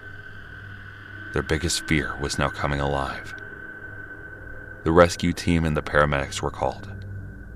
After an hour, body of one female that matched the descriptions of Paul's wife was found tied to that of 2 boys who matched the description of both Paul's son and Cliff's son. And from her legs were tied to a lot of bricks. They were drained out of blood from previously inflicted wounds, and later on in reports, turned out the kids were dead before they were drowned, but the woman, on the other hand, died because of drowning. Upon searching, a suicide note was recollected blaming Paul for the suicide. Paul could not bear this pain, and he was found hanging in his room a day later. Cliff was destroyed, and the Davids was not the same happy family they once were. Malcolm took on drinking and failed throughout his career and was later on suspended. The terrible suicide distraught the family, or that was what it seemed to them, until the same case was called in on Easter next year. It was the Fowlers this time. What seemed like suicide was now a case of a serial killer. The case of Dav opened up again, and Malcolm was put in on the case. This is how the story of the Easter Bunny killer started. Deep water. We were not meant to be together, being forced into a marriage that was not supposed to happen. I was waiting for one of the families from New York. I was an accountant, and I used to look at books of all the businesses that the Giovannis had. Now, if you don't know who the Giovanni is, let me tell you in a sentence. It is a family that you don't ever want to be associated with. My uncle moved from Italy to America, and in America, he found a friend in Roberto Giovanni, who, just like my uncle, migrated from Italy to America. Giovanni's owned everything: the local shops, restaurants, politicians, the police. My uncle introduced me to Roberto Giovanni when I graduated from college. I wanted to work with the presidential candidates on his campaign. But then my uncle said, "Look, you can either work with the pricks, these politicians, or you can work for someone who puts them in his pocket and owns them. I wanted something better, so I went with my uncle and met Roberto. He was tall and built-up Italian. He patted my shoulders and with probably a Cuban cigar in his mouth said, "So this is the guy you've been talking about, Romano?" And my uncle replied, "Yes, Roberto. He's a good kid. Good with numbers. He knows stuff." And with his hands gesturing even more, "You know stuff, papers, laws, you know," Roberto replied. "All right, Romano. Take him to the business room. Explain to him what we do and what we want to do with our money." Then he gestured to me and came closer and said, "Also, hey kid, come over here." He took a bunch of $100 bills in his hand and said, "Buy a suit, all right? Romano will take you to the shop and buy something that stands out. If you're gonna manage business and numbers, you gotta act the part." That was the first day that I started working for Roberto Giovanni. After a few months of working for Roberto Giovanni, I had information on how much of the business and what all the other businesses did. Giovanni held in the list of all the politicians and cops that he had in his pockets. I became the main man of the operation and kept all the numbers in every detail. We were more like a family than a workplace. Roberta had a wife and 2 daughters, Talia and Rafina. Rafina was supposedly the wild one, and the one who could hold a grudge. She once got one of her lovers beaten up real bad because she saw her talking with some other girl. Don't even ask me what happened to the girl. She was batshit crazy, and I stayed the hell away from her. Talia, on the other hand, was quiet and probably was born in the wrong family. As years passed on, I had a strong hold on every information I had on the Giovannis, and now Roberto trusted me with everything. October 12th. It was a Monday morning, and it was raining as it has never. The streets were flooded with the overflowing sewers, and nothing but scum skimmed over those streets. I ran towards the house, and outside it was Roberto, drenched in rain, waiting for me as if his life depended on it. "Hurry, kid, I've been waiting for you. Where the hell have you been?" I replied, "The roads are blocked with scum water." And he held me by my shoulder and brought me closer. "Hey kid, you're a wonderful kid, all right? And you will help me do these papers so much better. Now I am saying this because I like you like my own son, and I want you to know that the next thing that comes out of your mouth will decide your future." I looked at him, confused and clueless, and then he said, "I'm going to marry you to my daughter. Now I really would have liked you to marry Talia, but it's Rafina who you gonna be with. Don't ask me why I'm doing it. Just remember, with one yes, you'll be taking over everything." He married Rafina because he was scared that she might actually end up screwing the whole family over. Now I was the family, so all the business was open to me, and I was taking care of everything while Rafina was being a reckless woman, spending everything, and making it impossible for all of us. Our marriage was good. We barely fought, probably because we didn't care enough about each other or the marriage. So the primary years of our marriage went on to understand each other, but there was none. Soon, the petty quarrels of the married life started, and Rafina always made sure who her father was. There was no way I could have won any arguments. She would always bring up her father and threaten me. I didn't care much about them because I knew Roberto wouldn't care. But one day, when me and Uncle Romano were out doing a business, Rafina went to her father and complained that I hit her, even though I didn't and I was out of town. I came back and Roberto called me in. "Hey kid, come in. How's everything? You feeling good? Rafina treating you good?" I chuckled and I said, "Yeah, she can be a handful sometimes." Roberto looked at me and said, "Now Rafina came to me and said you slapped her." I objected in between, and he injected and continued, "Wait, I know you didn't. You were out doing a job I sent you to. I know it.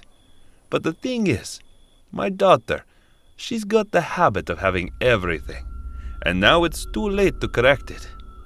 I just want you to know, I don't have any hard feelings for you.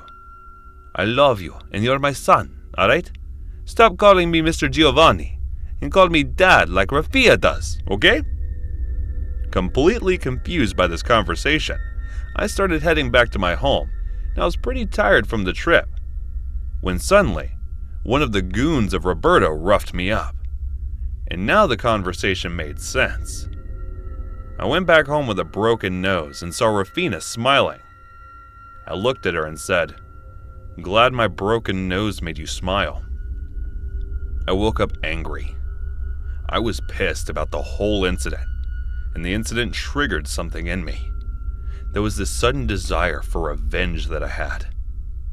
I went to see Roberto the first morning. I went and he welcomed me and asked me while laughing, "What happened to your nose? You're an alright kid. I'm sorry. I got to make my daughter happy too. And also, I got you both tickets for Italy. You leave in 3 days." And that was it. That was my limit. I was done being controlled by a scum of a family. So I decided to take my revenge on them. I had 3 days to arrange everything, and so I packed up all the papers and all the documents. It was all a strong evidence against the family, and I gathered them all and went to the feds. I knew which one to go to. Every cop and politician was under the payroll. I had them on my list. This was a very big catch for the feds, and I did not want any part of it. So I told the feds what I wanted to do. 3 days later, I and Rafina were on a boat in Sardinia, Italy. We were getting ready to head to the sea to watch the dolphins. As soon as we entered the deep waters, we could see the dolphins emerging, and I saw her eyes sparkling. For a minute, I looked at her, and there was this rare innocence in her. But I was definite about my goal. I took out my phone and called her father, and gave the phone to her. She refused, but then I said, "This could be the last time you talk to him." She snatched the phone from my hand, all confused, and turns out it was the last time that she talked to him, in the middle of the sea, in the deep waters. She found out that her dad was shot by the feds. They wanted to bring him in, but he wasn't ready to give up. She was devastated, and came in close and hugged me. I stood there for a second, and then she asked me, "Who would do such a thing?" As she was crying and holding me, I stepped back and broke the hug. I looked at her and smiled. It was me. I made it possible.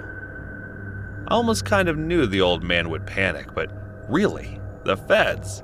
He thought he could outrun the feds. He was way over in his hand. Well, God rest his soul in hell. She was furious, and as she tried to charge on me, the 2 men in the boat held her. I hired the men to make sure that she doesn't act the way she is. She looked at me. "Why would you do it? You're a murderer." I looked back at her and I chuckled. I did not murder him. He was killed because of his actions. He was a piece of shit. Do you know how many people has he killed or got killed? Because I know. I have their names. So, good riddance. Now her tears were all settled. So she looked at me and asked, "Who helped you?" And I looked at her excitingly and said, "Wouldn't you like to know?" And then I told the men to tie her up, and they did exactly what I said. They tied her up, and she was sitting down on the corner of the boat.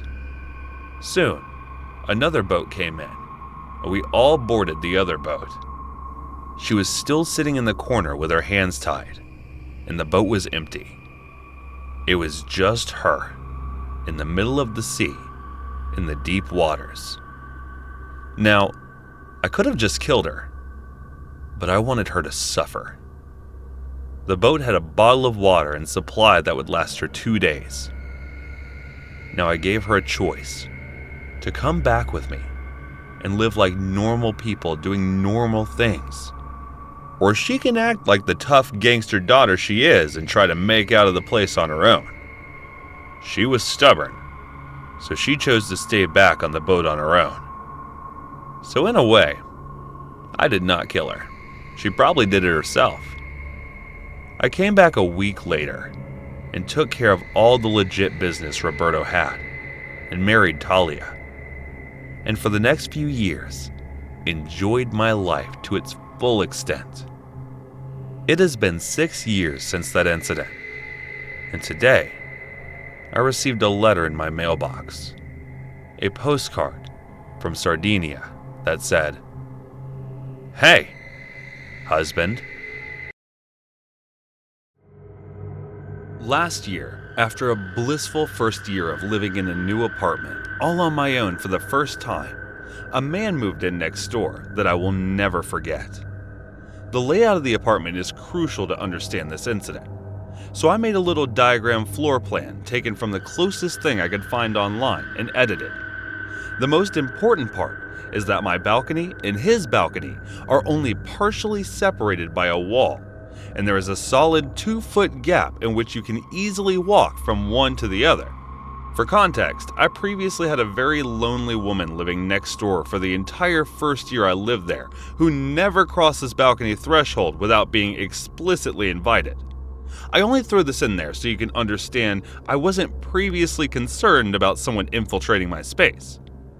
The first time I met this new neighbor, and he was unloading groceries from his massive truck into the assigned parking spot next to mine. As I was driving up, he and a girl I assumed to be his girlfriend were unloading boxes from Costco. I noticed them speaking, and as soon as I was out of the car, they went silent. I nodded to them, proceeded to the elevator, and the guy ran up behind me, threw some boxes down, and begged me to wait. No problem, I'm a good neighbor. While in the elevator, the girlfriend refuses to make eye contact or speak to me. A little weird, but I just thought she was shy. But he quickly introduced himself and was extremely chatty. In the 45 seconds it takes to get the floor where our apartments are, he asked how I liked the place, where I was from, and where I worked. Looking back, his enthusiasm was a little strange, but I chalked it up to him being excited to be in a new place. For the sake of the rest of this story, we'll call him Sam. Sam was maybe 33, 6 foot tall, with a slim, muscular build, and had hair bust extremely short, as if the mask is balding. Pretty average looking by all accounts. The first few weeks we run into each other often, and always make small talk, and always refers to me as Miss. I assume it's because he forgot my name, but wanted to be polite. I almost never see his girlfriend after the first night, but occasionally I can hear him talking to a lady in his apartment, as the walls are reasonably thin. One night, about 3 months after Sam moved in, my boyfriend is spending the nights, and we were watching movies on the couch. It's maybe 11:30 p.m. The back of the couch is against the wall I share with Sam, and we hear some banging noise. My first thought is that him and his girlfriend must be getting it on. Boyfriend and I laugh and turn the volume up a bit to drown them out. Then, in addition to the banging, the neighbors begin to scream. We can hear objects being thrown, glass shattering. The words are muffled, but there's distinctively anger and crying going on. My boyfriend, Jim that he is, steps onto the semi-shared balcony and in his loudest voice, heels over without crossing on the Sand's balcony. "Everything okay in there?" The girl opens the sliding door on Sam, sight a minute or two later, and says sorry about that. So we leave it alone. I'm concerned, but we have no idea what actually happened and decide to go to bed. Big mistake, I know. I wake up around 3 a.m. to more screaming, but my boyfriend refuses to wake up, and I'm not about to take my 5-foot self to break up whatever is going on at 3 a.m. I considered calling the police, but was so drowsy, I convinced myself I dreamed it. I deeply regret that decision. The next morning, I woke up to some terrible personal news, an entirely unrelated death of a friend, and pretty much put the events of that night on the back burner. I didn't forget, but it also wasn't on my mind. Fast forward about 2 weeks. It's a warm day, and I'm outside reading a book in a robe, bra, and shorts. I'm going to chair the faces away from Sam's apartment so I can't see his side from where I am. I'm deep in my book when suddenly I get a tap on the shoulder. Sam is standing behind me and asked if we can talk for a second. This man has already crossed an albeit invisible line by coming on my side of the balcony, but I also can't get to my door without physically moving him aside. So I asked him what's going on. He told me it was his birthday and asked if I knew where to get some Mary Jane because I seem like a girl who knows how to have a good time as we live in a state where that stuff is legal. I told him that I'm sure Google would provide the best dispensary in the area, but I personally didn't have any. He proceeds to tell me how drunk he got last night, and at this point, I'm itching for an exit. As I start to move as if to signal I'm done talking, he reaches out from my shoulder and tells me he hit and scratched my car last night because he was driving very, very wasted. Remember his massive truck? He says all of this with a smile on his face, almost laughing. I'm surprised, but mostly when I get away from him because my creep senses are starting to tingle, and I don't want to blow up at him for hitting my car. He says he'll send me his insurance info if I give him my number, and thankfully, I knew that would be a bad call. I made a bad, nervous joke about knowing where he lived and said if the damage was bad enough, I would knock on his door to get his insurance. He counters by saying he will leave a note with his info on my door. He retreats from the balcony while also saying he'd prefer to just pay me cash and not involve insurance. I give it an hour or so, and then I head down to assess the damage. I did this because I didn't want to walk down at the same time as him and risk having him follow me. Sure enough, there are 2 long new scratches on the driver's door and knock deep, just kind of superficial or worthy of a call to insurance immediately. I really just didn't want to get involved with him in any way, so I decided I could deal with the scratches. But this little event has kind of shaken me. At this point, I knew something was off with him. Nothing unusual happens as far as I'm aware this night. The next day is Saturday, and as I had to work the next day, I'm home alone, watching some action, a movie, and it's around 11 p.m. I'm on the sofa with my cat curled up on me, and the movie is relatively loud, so it takes me a little while to register this banging noise coming from the hallway of my apartment building. I honestly only noticed because my cat had woken up and got all puffed up and freaked out. I turned down the volume of the film, and suddenly, the banging is getting louder and louder. And just as I stand up, I hear the 5 words no one wants to hear coming from their door. Open up. It's the police. My stomach dropped to the floor. I had lied to Sam the day before. I totally did have some ganja on me, and I had smoked a joint outside on the balcony, the part furthest away from Sam's maybe 20 minutes before. I'm totally panicked, high as a kite, and trying to control my breathing so I don't immediately come off as suspicious before I answer the door. I remember checking the people to see a close-up of a cop's face, and then open the door, coming face to face with 6 officers, all with guns drawn. I'm about 0.5 seconds away from completely peeing my pants in fear, still convinced I'm somehow in trouble for smoking a joint. The officer who seems to be in charge can sense instantly the level of panic, and he says, "Ma'am, you're not in trouble. We need to speak with you about your neighbor. Can we come in?" At this point, I'm reeling, and my whole being is tense. I let the cops in, but my heart hasn't moved from my throat. The policeman in charge asked me about any interactions with Sam. I told them I barely know him, that he just lives next door, moved in a few months ago. I asked why they needed to be in my apartment. I'm scared, but also I don't typically get along with cops, and I have the right to know why 6 of them practically waved their guns in my face. The lead officer proceeds to tell me that Sam was a bad guy. He apparently beat his girlfriend so bad the night prior that she's now in the ICU for her injuries. They also told me Sam had a gun and had barricaded himself in the apartment next to mine. They said they had spoken to my building manager and knew my place had access to his balcony, and they needed to use it Then they asked me to go into the bedroom and lock the doors and turn the lights off. The next 30 to 45 minutes were complete torture. In my panic, I left my cell phone on the kitchen counter and had to sit in my room, just listening to the commotion. No shots were ever fired, but there was a lot of yelling and what sounded like things being thrown.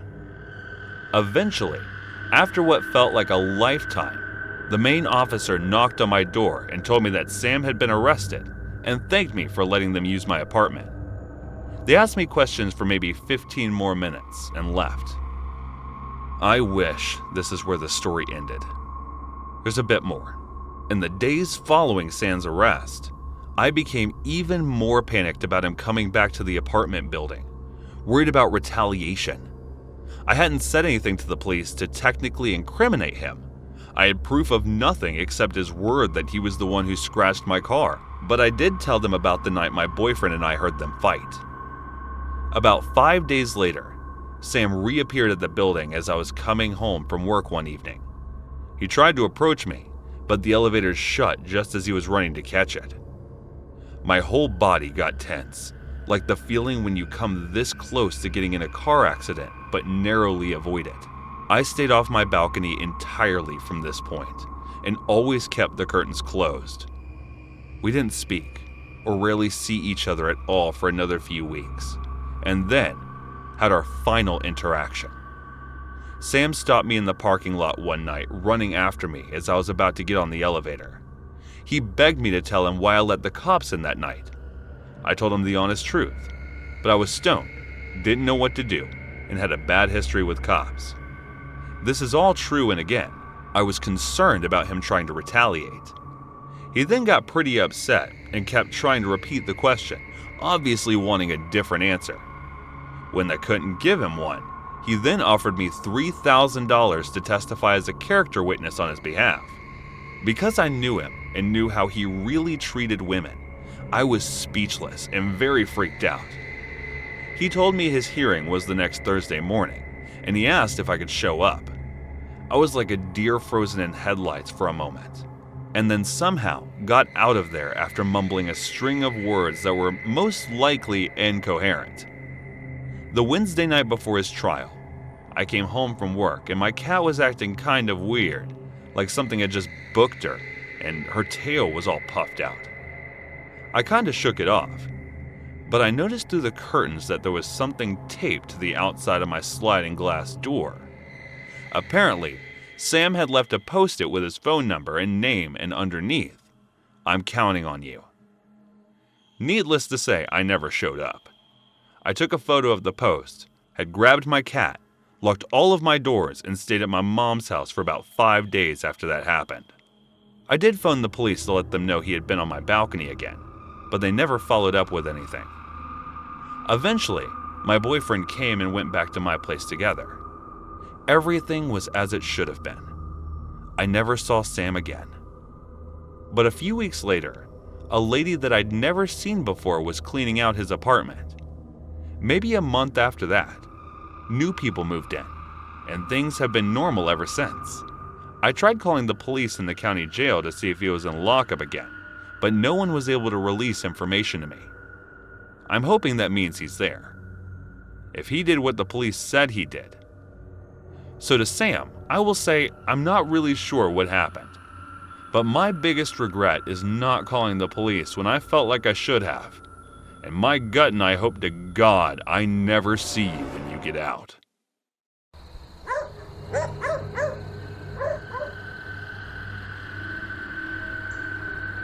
In the early 20th century, Markia Sarenko escaped from her home country of Russia, feeling the bloodthirsty Bolsheviks who were in the process of turning their native land into the political wasteland that was the USSR.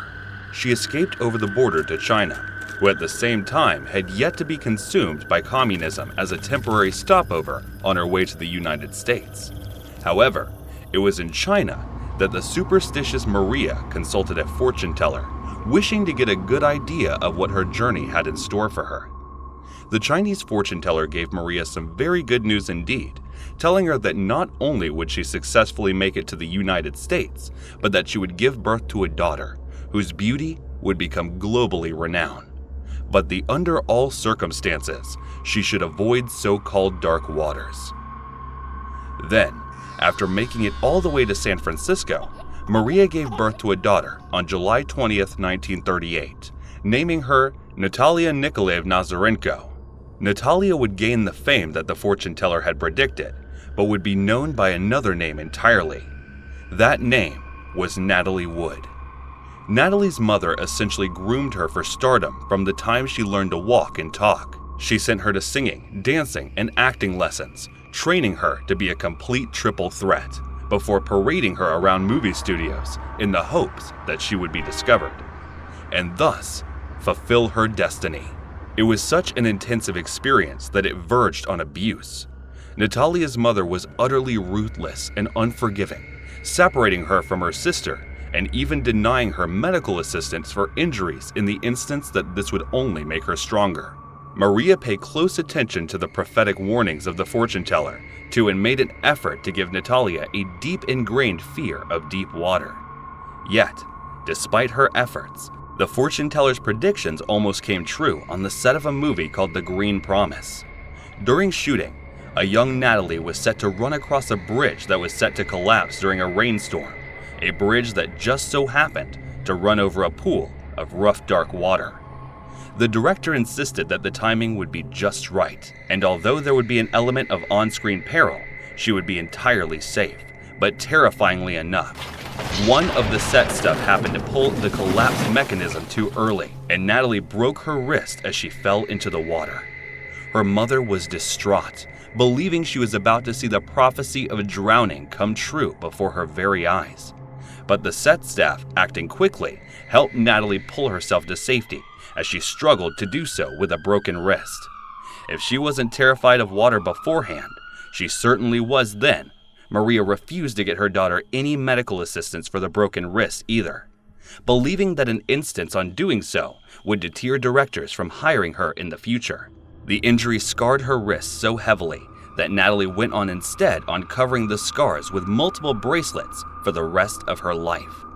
Not only because she believed the wound was ugly, because it reminded her of one of the most traumatic instances of her life, so traumatic that she never, ever learned to swim, and was reported to have panic attacks whenever she tried to wash her hair.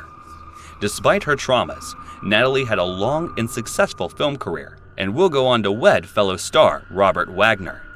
They had a rocky relationship, and naturally got divorced and remarried before having their one and only daughter, Natasha. Then, during Thanksgiving weekend of 1981, Natalie Roberts and another movie star, Christopher Walken, were enjoying some rest and relaxation aboard Wagner's yacht, named the Splendor, around the Catalina Island off the coast of California. Only one other person was with them, the boat's captain, a man named Dennis Davern. They spent the weekend shopping, sunning themselves, sailing, dining out, and profusely drinking on the night of November 27, 1981, after yet another evening of heavy drinking. An argument between Natalie and Robert broke out when it grew so intense that Natalie demanded that Captain Davern take her ashore on the small dinghy that was kept on board the Splendor. The pair then spent the night in a hotel before returning to the boat the following morning, when Natalie and Robert apparently talked things out and buried the hatchet. The following night, Robert, Natalia, Captain Davern, and Christopher Walken went ashore to dine in a restaurant called Doug's Harbor Reef. Here, they continued their stint of heavy drinking, reportedly ordering 2 bottles of wine, 2 bottles of champagne, and numerous daiquiris, was one of the waiting staff reporting that they barely touched their food. The proper people were so intoxicated that the restaurant manager reportedly called harbor security to ensure that they made it back to the boat safely that night. According to Captain Davern, Robert Wagner and Christopher Walken argued violently over politics, as well as the direction that Natalie's career should take. He has since stated that the argument grew so violent that one of the men threw an empty wine bottle at the other before Natalie had to get involved to separate the pair. The argument then shifts to one between Natalie and Robert, with Natalie apparently telling Robert that she'd had enough before retiring to her room for the night at around 3:30 a.m. The next morning, on November 29th of 1981, a ship-to-shore call was made from the Splendor, one in which Captain Davern reported to the U.S. Coast Guard that Natalie Wood was missing. A search begins, one that ended just a few hours later at around 8 a.m. when Natalie Wood's drowned body is found floating near the ship's inflatable dinghy, the very same one she had used to escape the boat just 2 days prior. She was wearing nothing but a nightgown, a pair of socks, and a jacket. The autopsy showed that she had a blood alcohol content of 0.14%, almost double the legal limit for driving. There was also evidence that she had taken a rather large amount of powerful painkillers, and the time before her death. She was just 43 years old when she passed away. Amazingly, on the day she died, Robert Wagner is not intensively questioned by police. It's only a few days later that the 3 men who were on the boat that night are brought in for questioning, and when they are each tells us suspiciously similar stories that details the evening's events. As a result, Natalie's death was assumed to be nothing more than an accidental drowning. The nation was dumbstruck by such a horrible, unforeseeable tragedy, and mourned in tandem with Robert Wagner, who went on to raise their 2 daughters as a single parent. 2 daughters who are almost inconsolable, distraught at the sudden death of their beloved mother. Natalie's death seemed to remain an open and shut case for an entire 30 years, until a shocking revelation turned public attention back onto the situation. Captain Dennis Davern, the man who had been captaining the Splendor that night, broke his silence on the case and came forward to state that he had in fact lied to the investigating law enforcement. The nation was shocked to hear that the argument that night between Walken and Wagner had not actually been rooted in politics, but the suspicion that Walken had been secretly flirting with Natalie whenever Robert Wagner's back was turned.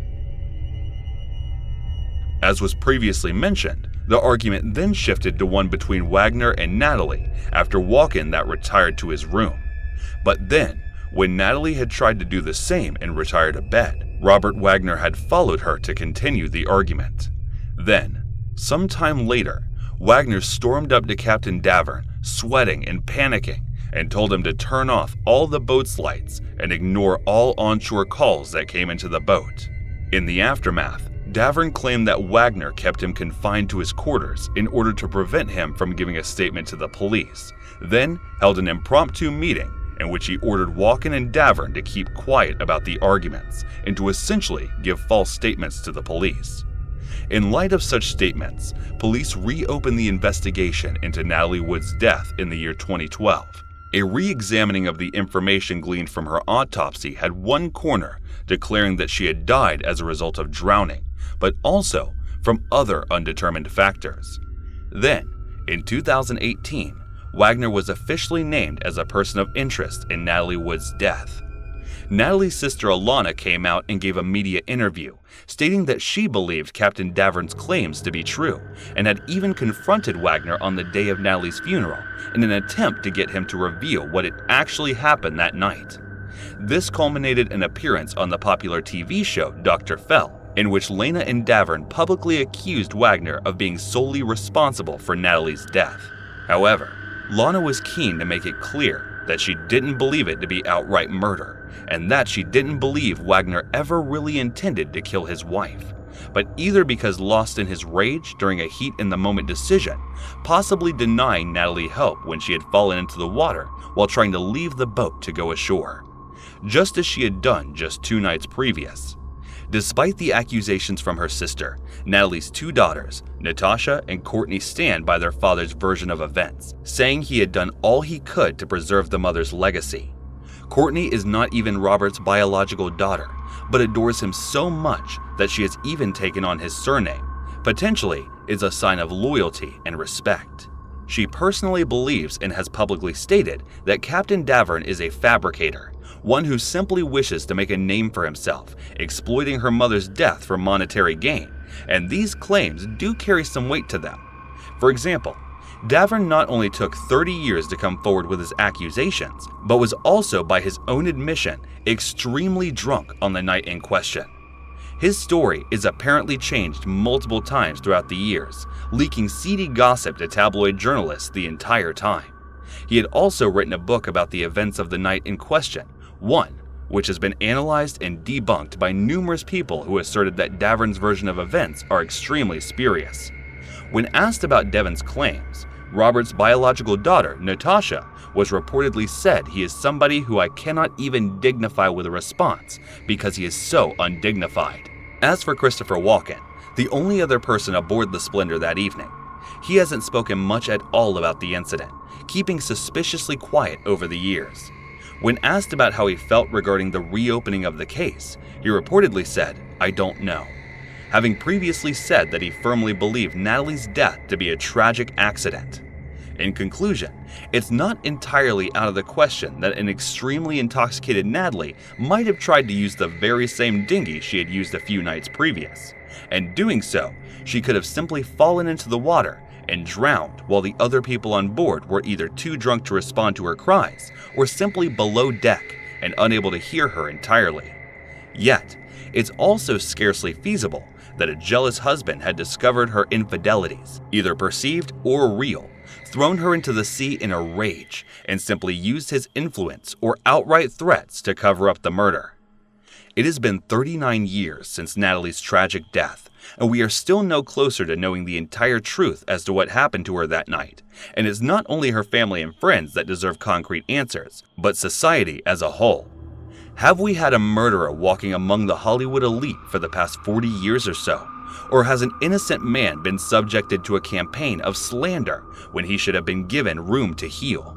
Whatever happened that Thanksgiving weekend, one thing is painfully clear, that the dark prophecy told to Maria Zakharhenko by the Chinese fortune teller in the early 20th century did actually come true.